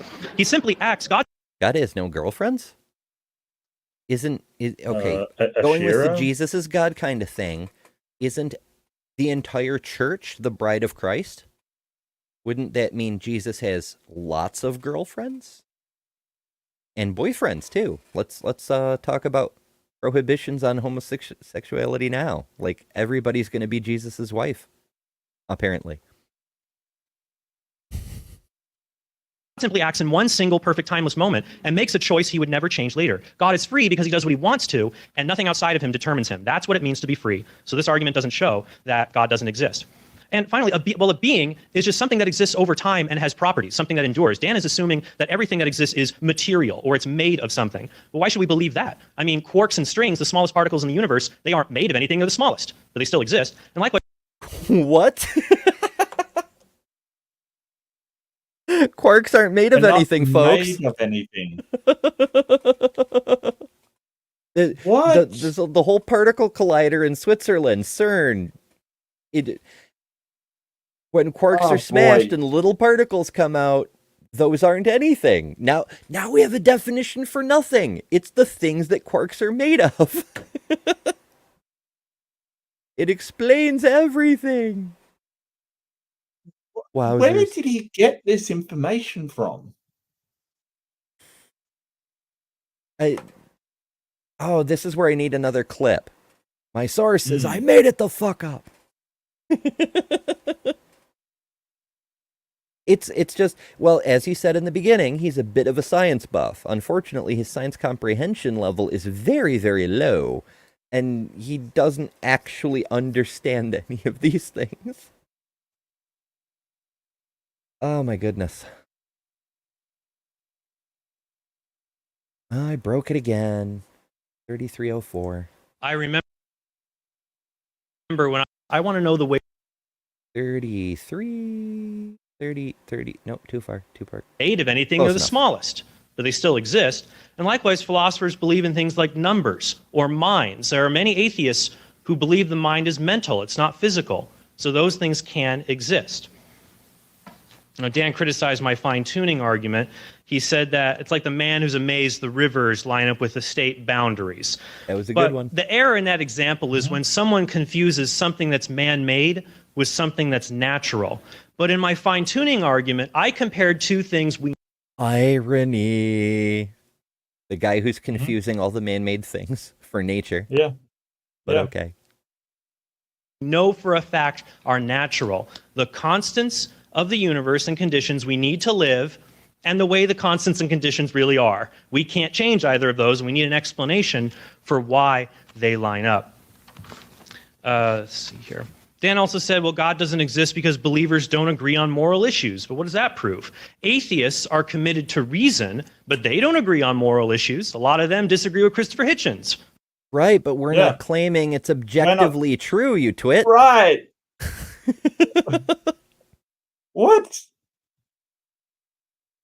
It's like saying, it's an objective truth that tastes either good or bad, and we're saying, well, all of you disagree on what tastes good and what's bad, and you say, well, you would disagree on what tastes good and bad as well.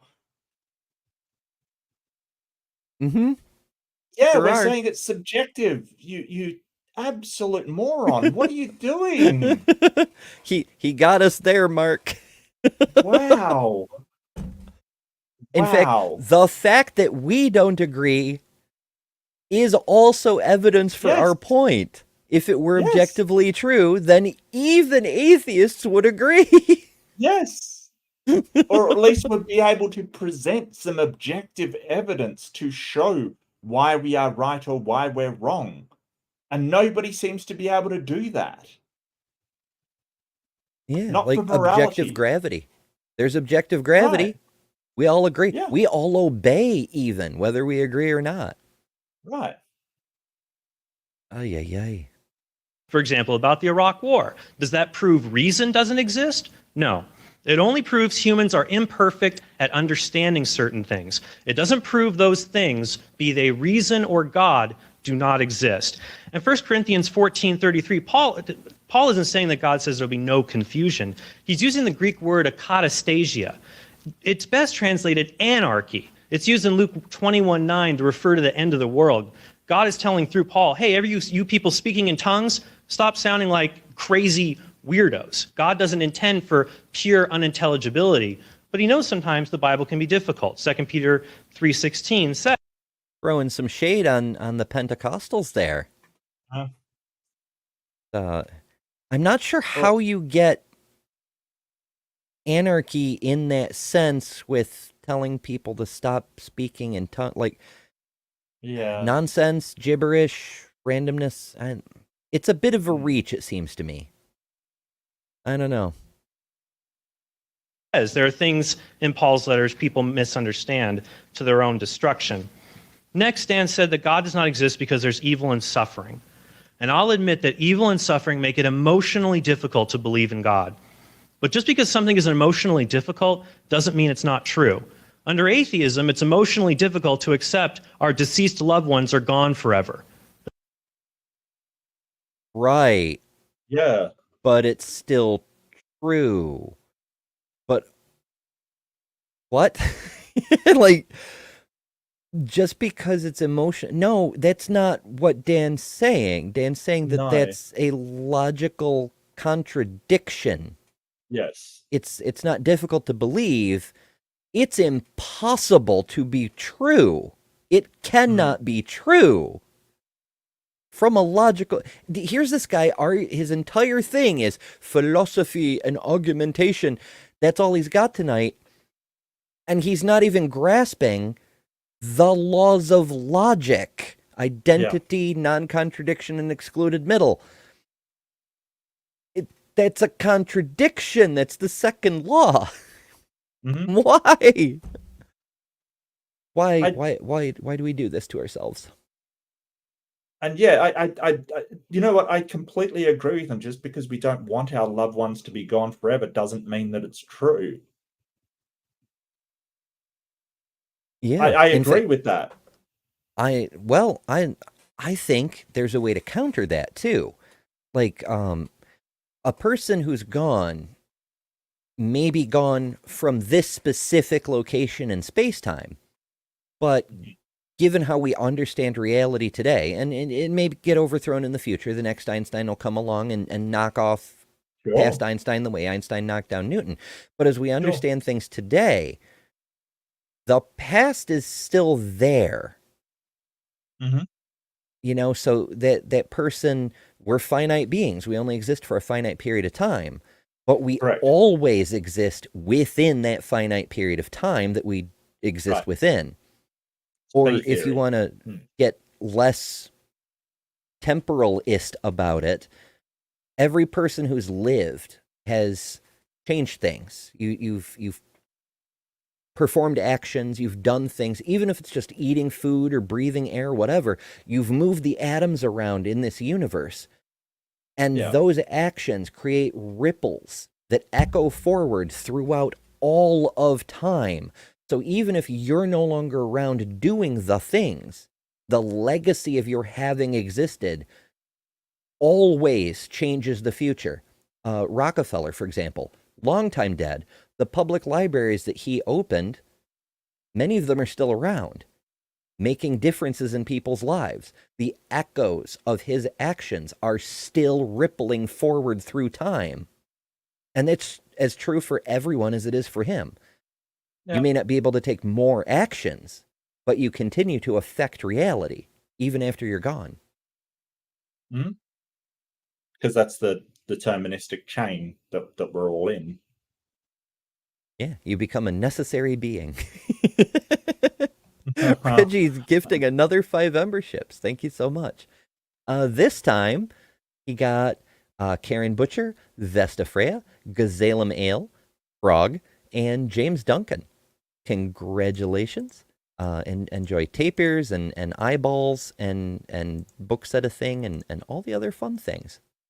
Hooray. So necessary and contingent are relativistic. They're relative of what you're talking about. So your parents are necessary for you. You're contingent on your parents, but not the other way round, kind of thing. So, but when theists usually talk about necessary beings, they're usually talking about necessary for everything and contingent on nothing. So, but yeah, you're right. You are a necessary being to events that will occur aeons down in the future, because if you weren't here, they wouldn't happen. Mm-hmm. Yeah, I know I conflate the meaning of necessary when I do that, but still. That doesn't mean it's not true. Instead of following our emotions, we have to follow the arguments. Dan simply assumed that God has no good reason to allow suffering to exist. He didn't give any proof for that assumption. But since God is It's not on him to provide the proof, Trent. Yeah. Come on now. You're the one that went, he's all good. Yeah. He doesn't have a good reason. And that would mean, if you're saying, hey, he has good reasons for allowing that suffering, then it's a good thing that it happens. Yeah. Like, you gotta demonstrate. And that's a tough thing to demonstrate. Like, that's a big hill to try to defend. Because not only do you have to demonstrate that there was a good outcome from the suffering, but that good outcome could not be achieved in any other way. Right. And that's a lot of hypotheticals to take on. Well, it's impossible, because if you've got an omnipotent being that he admitted last time, then there has to be another way to achieve that without the suffering, because there's literally nothing he can't do. Yeah, solid. Yeah. So why not in just both achieve knowledge the same thing without the suffering? Yeah, wave the magic wand of miracles, or what have you. and power. He can use our present pain and suffering to achieve greater goods. Goods like the existence of free will, the development of virtues like courage or compassion you can't have without bad things, and a universe with regular laws where free creatures can flourish. God can also redeem our suffering and compensate his children with eternal life. Under Dan's worldview, those kids in the hospital, they're forever lost. But under theism, a perfectly good God can vanquish evil, reunite families. Hold it. Those kids are either eternally lost or they're going to heaven or whatever. What Dan believes about it doesn't change that. Under his worldview, they're eternally lost. So this is the argument from consequences. It's basically saying, if Dan is right, then those children are eternally lost. That has no bearing on whether it's true or not. This is what I hear of from theists a lot. They say, well, under your worldview, there's no real morality and people can do whatever they want. That's not an argument for it being incorrect. That's just saying, hey, I don't like the entailments of what you've said. It's like saying, if your view about America is right, then people are stuck in poverty with no way to get out of it and no way to actually climb the social ladder. That's not an argument over whether it's true or not. Yeah, but wouldn't you rather bet on the better outcome for some reason? It drives me nuts when people throw out this. What is the concept? The word escapes me at the moment, but the Trent called it compensation. Okay. No matter what you suffer, if the compensation is infinite, then it's worthwhile. It's bullshit, and we see that in Job, right? You know, God has all of Job's children killed, and then he compensates him by replacing them with different children. Like, it's great he has children again, but the children he had are dead. And this is a God who resurrection is like his big thing, you know? Yeah. He can do that, but he doesn't. Instead, he compensates. It doesn't negate the loss. Even if you have an infinite eternity of pure bliss, it doesn't negate the suffering, which ostensibly is unnecessary because he's all powerful and can achieve any goal he wants in any way he wants. So if you're suffering, it's because he intends you to. He wants you to. And therefore, if he does exist and he is all powerful, he cannot be all good. Correct. That's Either the that issue. or you have to admit that the suffering is in total a good thing. Because that's what William Lane Craig does. He just goes, yes, it was in some ways great that those babies died. Thanks, Billy. Cheers, buddy. Yep. Tell us what I've you got really think. that one I do have a clip for, but like I said Yeah. earlier, my buttons are currently Yeah, offline no because worries. internet issues. Yeah. But yeah, we've seen it. It's from that Cosmic Skeptic interview where he's like, "Oh yeah, the murdering the children was a great thing, actually." Yeah. The crazy shit you have to say, the mental gymnastics you have to play in order to pretend that any of this makes sense. Wild. And redeem all of our sufferings at the end of time. When it comes to the problem of evil, the burden of proof falls on Dan to show that God couldn't possibly have any good reasons to allow suffering. We all allow evil and suffering to occur, maybe to prevent greater evils or secure greater goods. He has to show. No, the burden shifting again. Yeah. But we actually can meet that burden. We just did. If he's all powerful, there cannot be a good reason to allow suffering when he can achieve anything he wants without causing that suffering. Right. Unless the suffering itself is the goal, but then, problem of evil, he's not all good. That God doesn't have those reasons. Since he's not omniscient, I don't think he can do that. And plus, the suffering of children in hospitals, when we look at that, I see something else. There are other cultures, like in ancient Rome, that when children were sick, were left to be exposed to death, and that was moral. But we understand, well, no, that's wrong. That's a fact, that children deserve to be treated with compassion. But this shows there are immaterial moral facts. And if they're universal, then that applies to my view that God is a universal, morally perfect person. And finally... Well, that was a whole big ball of non sequitur. Right. If that's universal, is it universal? You just pointed out the Romans used to leave their kids to expose because they thought it made their society stronger. I think he's specifically not talking about the Romans. I think he's talking about the Spartans, but I get what he means. Well, so he's mixing up a bit of stuff. This is another thing that some theists say often, but it's a niche component of theists. Maybe it's a Catholic thing, where they try to show how the church, Catholicism specifically, made Europe a better place. They'll make the argument that the Romans practiced exposure, but under Christian emperors, they passed laws specifically banning exposure as a means of post-birth abortion. The problem there is they had to pass that law over a dozen times because the Christians kept doing it. They kept doing it right up until the 1970s. They may still be doing it today. I don't know for sure. But my grandmother told me about this continuing to happen because abortion was so unsafe until Roe v. Wade regulated it and made it relatively safe. People considered it a better option to simply have the kid and then chuck it in the woods. It was still dangerous because childbirth has dangers, but it was safer than a coat hanger. Yeah. So yeah, that's not the flex Trent thinks it is, possibly because he doesn't seem to understand anything about anything. But being Christian didn't fix that. But also, if it were universal, the Romans wouldn't have done it either. Correct. That's what I was about to say. It's not universal if you point out an entire civilization doing it. Yeah.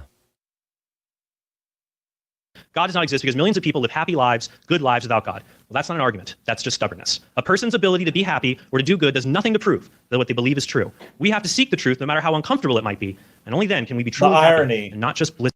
Right? Here's my argument from consequence, and now I'm going to preach about how we have to seek the truth even when it's uncomfortable. Yeah. Blissfully ignorant.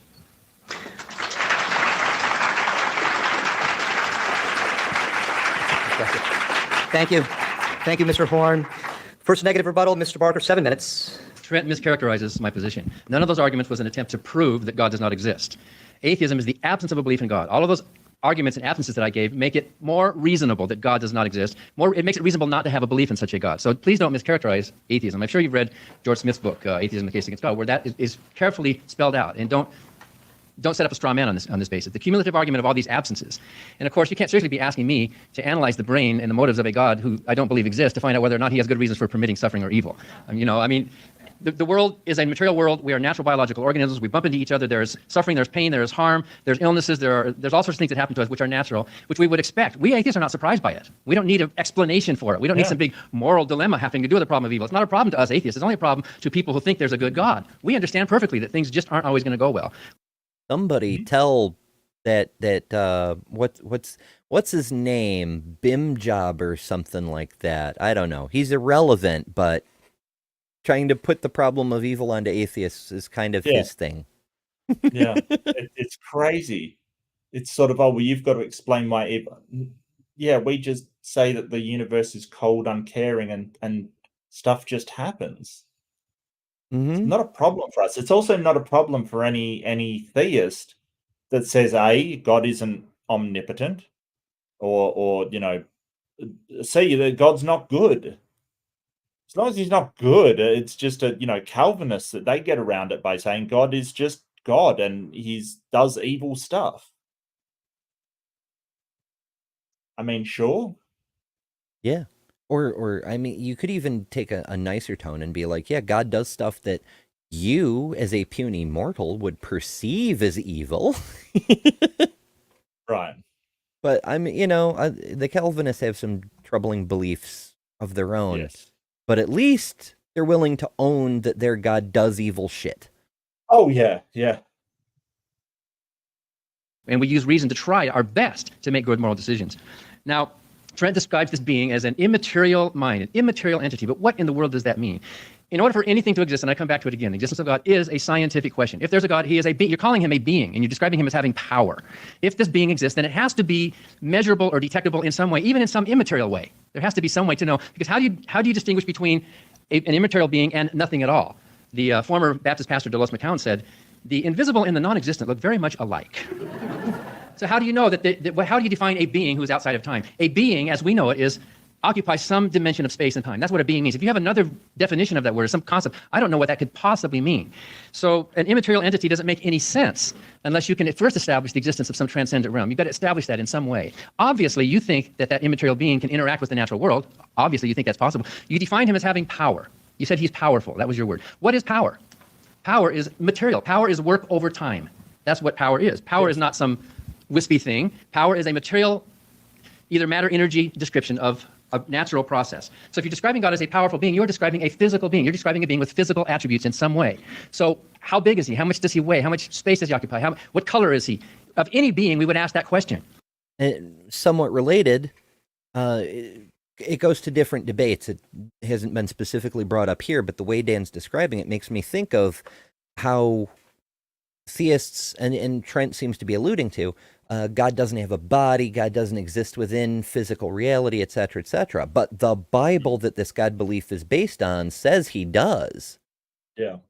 And call Genesis a metaphor and forget about God physically walking around the garden and, being omniscient and all, not knowing where the hell Adam and Eve went when they were hiding in the bushes. Set that aside. The stories of Moses talk about God being physically with them. Mm-hmm. Moses talks about how you can't directly look upon his glory because it's too much for mortals, but he's physically there, Yeah. And the story of Job, God is walking with the devil, like with Satan. He's walking with him. Yeah. Also, I got Dan in a great freeze frame. Nice. And if you're going to try to bootstrap up to another logical level and say, well, there's another definition of the word being, you said God is existence. Existence is not a thing.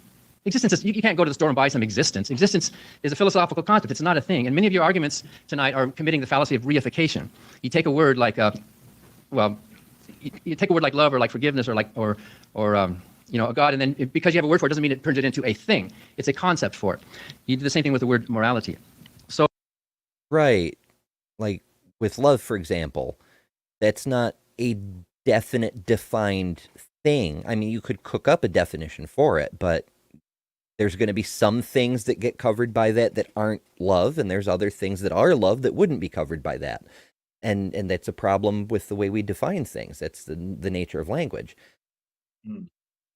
But that doesn't mean it's a thing. It's just a You're right. concept where we try to convey information within specific contexts to each other.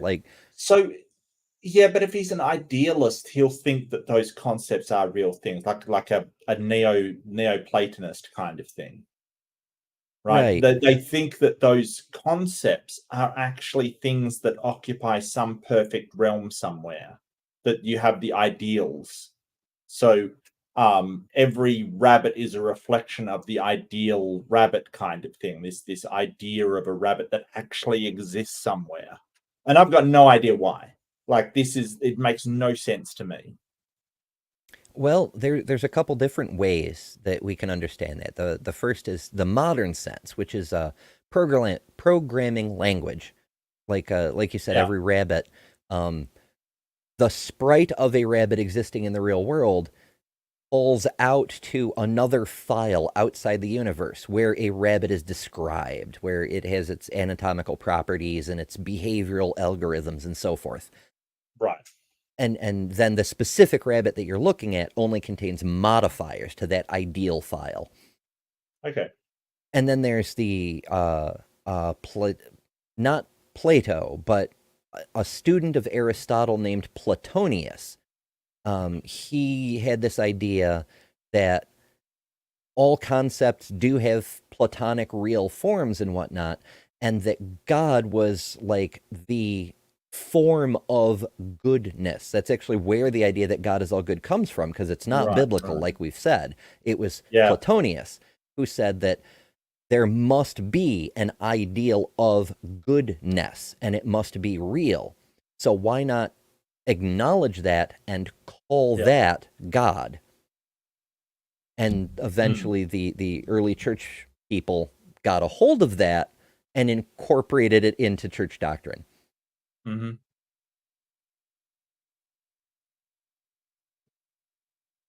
And I broke Dan again. It was I don't like Platonius. He bothers me. 4056. I remember I will give that I only took a philosophy 101 course, but I learned about him in that course. So, it had some use. I also learned about the crazy shit Augustus did. entity doesn't.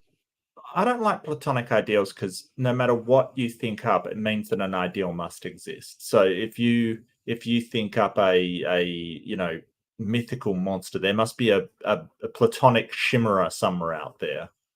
And the other problem is sort of if all chairs are reflections of a Platonic ideal, like if you have a stump and suddenly you decide to use it as a chair, suddenly it becomes the reflection of a chair. It's very weird. I don't get Platonic idealism. It's so frigging weird. Like that, instead of just the idea that there are abstracta that aren't real, that would just exist in our imagination. Like I don't, Yeah, like if God there's a fundamental error in the incorporation of these ideas with Christianity as it's described. A perfect God cannot create an imperfect creation, because that would be a mistake. It would be a flawed thing to do. If he's perfect, he cannot do that. So how is it that we can have any chairs that are not the actualization of the Platonic ideal of a chair? It should be impossible. These ideas, they create another level of contradiction on the metaphysical level. The theists never want to deal with this, but it's there. doesn't make any sense. It's an incoherent definition. You talk about first cause and the impossibility. I agree with you about this. I mean, if you had a stack of dominoes falling and it finally hits that last domino, if it was an infinite chain of dominoes, where was the first one? You would never have traversed it to get to now. Is it really an infinite chain of dominoes if there's a last one?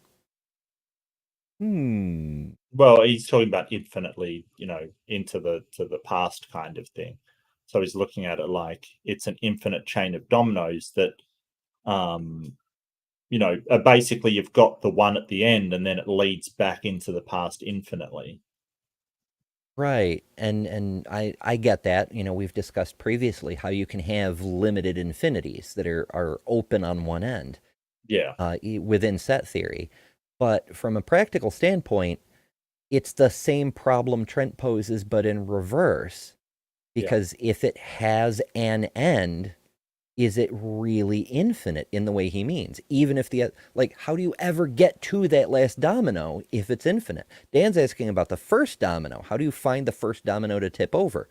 Yeah. Now, of course, you don't have to go all the way to the end of the infinite chain to find the first domino, because if the dominoes are falling, there had to be a domino. You only have to find that one, not the beginning of the whole chain. Right. But if you can reach a last domino, if it's an infinite length of dominoes, you see how that's not, those two things don't work together? I'd see that. I totally see that. Yeah. I think he's just using it to point out that, if it's an infinite chain, then, if you push the first domino, it will never reach the end point kind of thing, right? Like, if it's infinite, then it will never, ever reach that last domino to topple it over. I think that's what he's saying.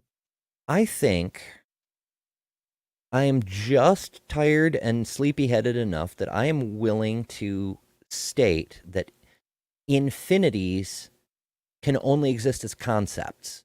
Like, we can conceptualize the idea. We can conceptualize the idea of paradoxes. But infinities cannot exist in reality because they, whether we see it or not, they always create contradictions. Yeah, they're always paradoxical. Yeah. Yeah.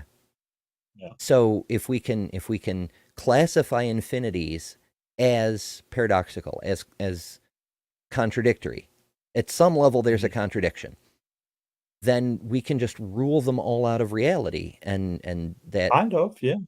Yeah. So now we're using logic the correct way. We're ruling things out because they aren't coherent. They're logically contradictory, yeah. Yeah. So now we apply that to the universe.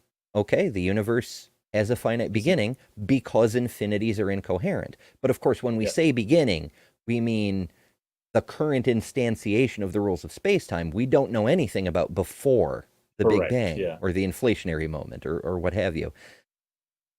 That doesn't mean that's infinite either, but there could be shit before that, Or the way that paradoxes work in another universe or a parent universe or another reality might be completely different. We've got no idea.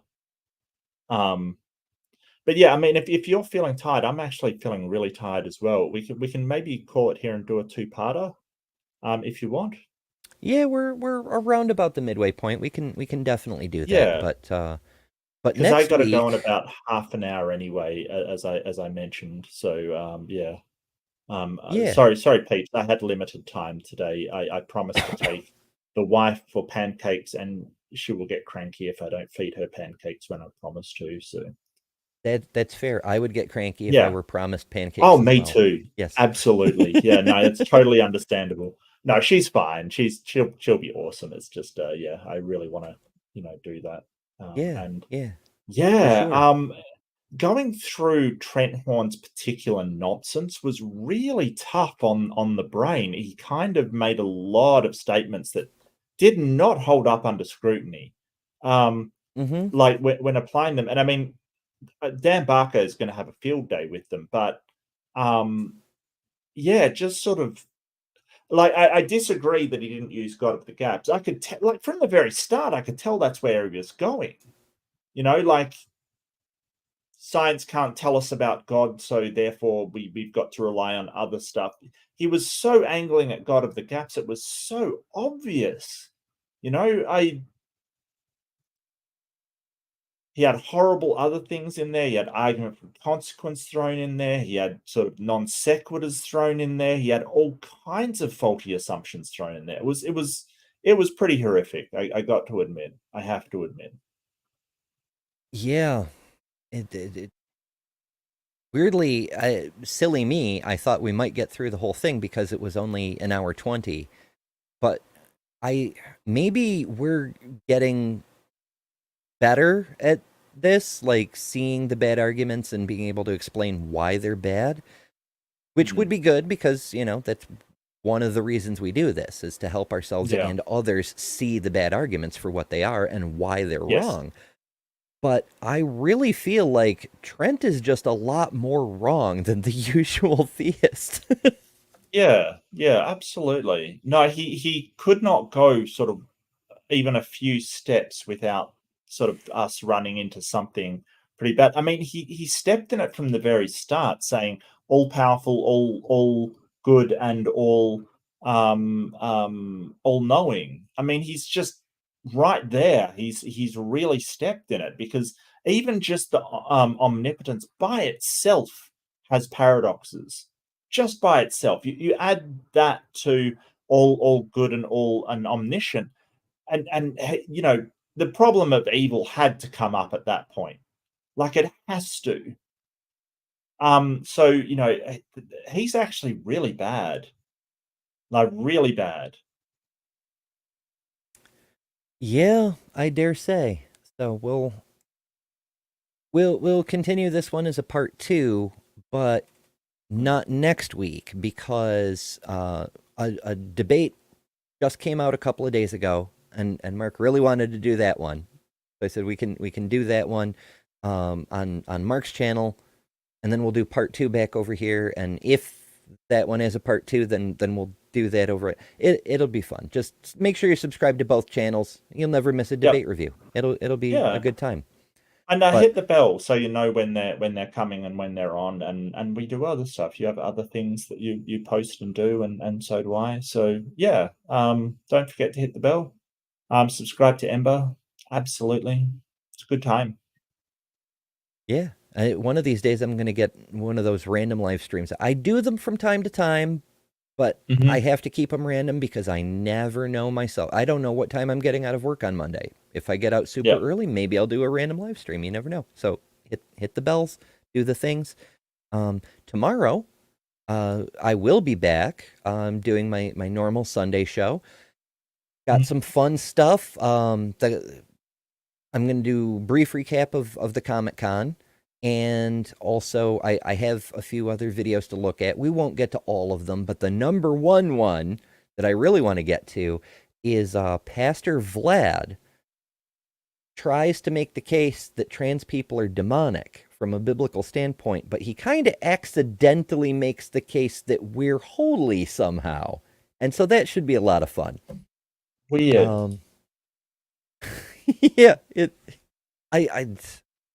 I thought it would be hard to cover both counter-apologetics and trans advocacy at the same time, but there's so many just apologetically impaired people coming after trans people that it's easy to, there's a plethora of stuff I can target. Apologetically challenged, yes. It's good stuff. So yeah, Sunday show, and that'll of course lead into Bad Science Sunday with Maya over on Maya's channel. And I'm not sure who the guest is this week, but it's always fun anyway. So the stream will take you over there, assuming the link to the show is posted before I go live, because once I go live, the automatic forwarding doesn't always work. Oh, really?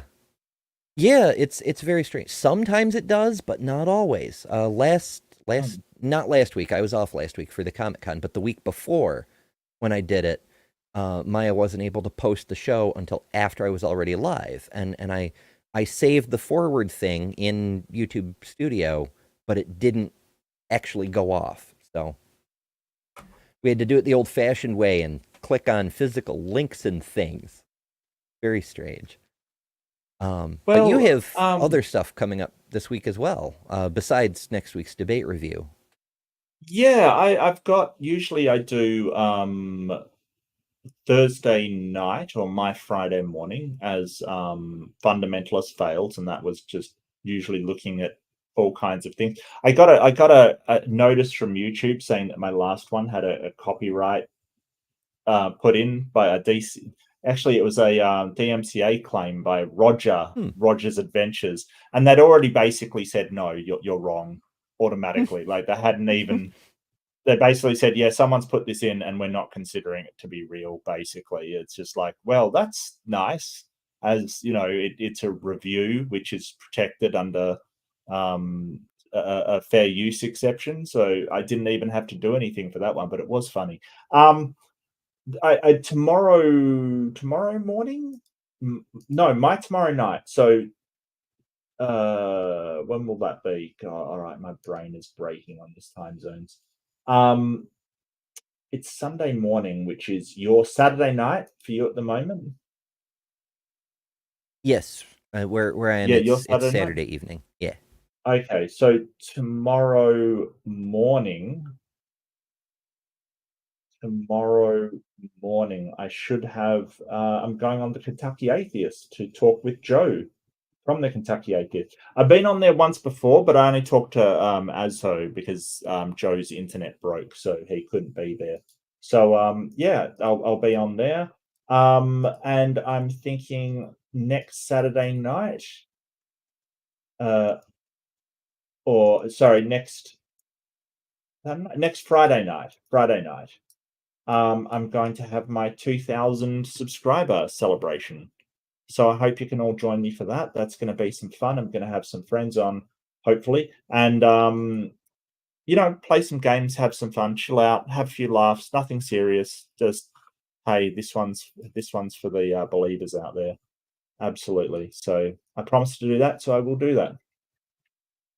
Yep, I will be over there myself. So yeah, it's a Friday evening for us here in the weird part of the world, and right side up. Yeah. Yep. Yeah, good times.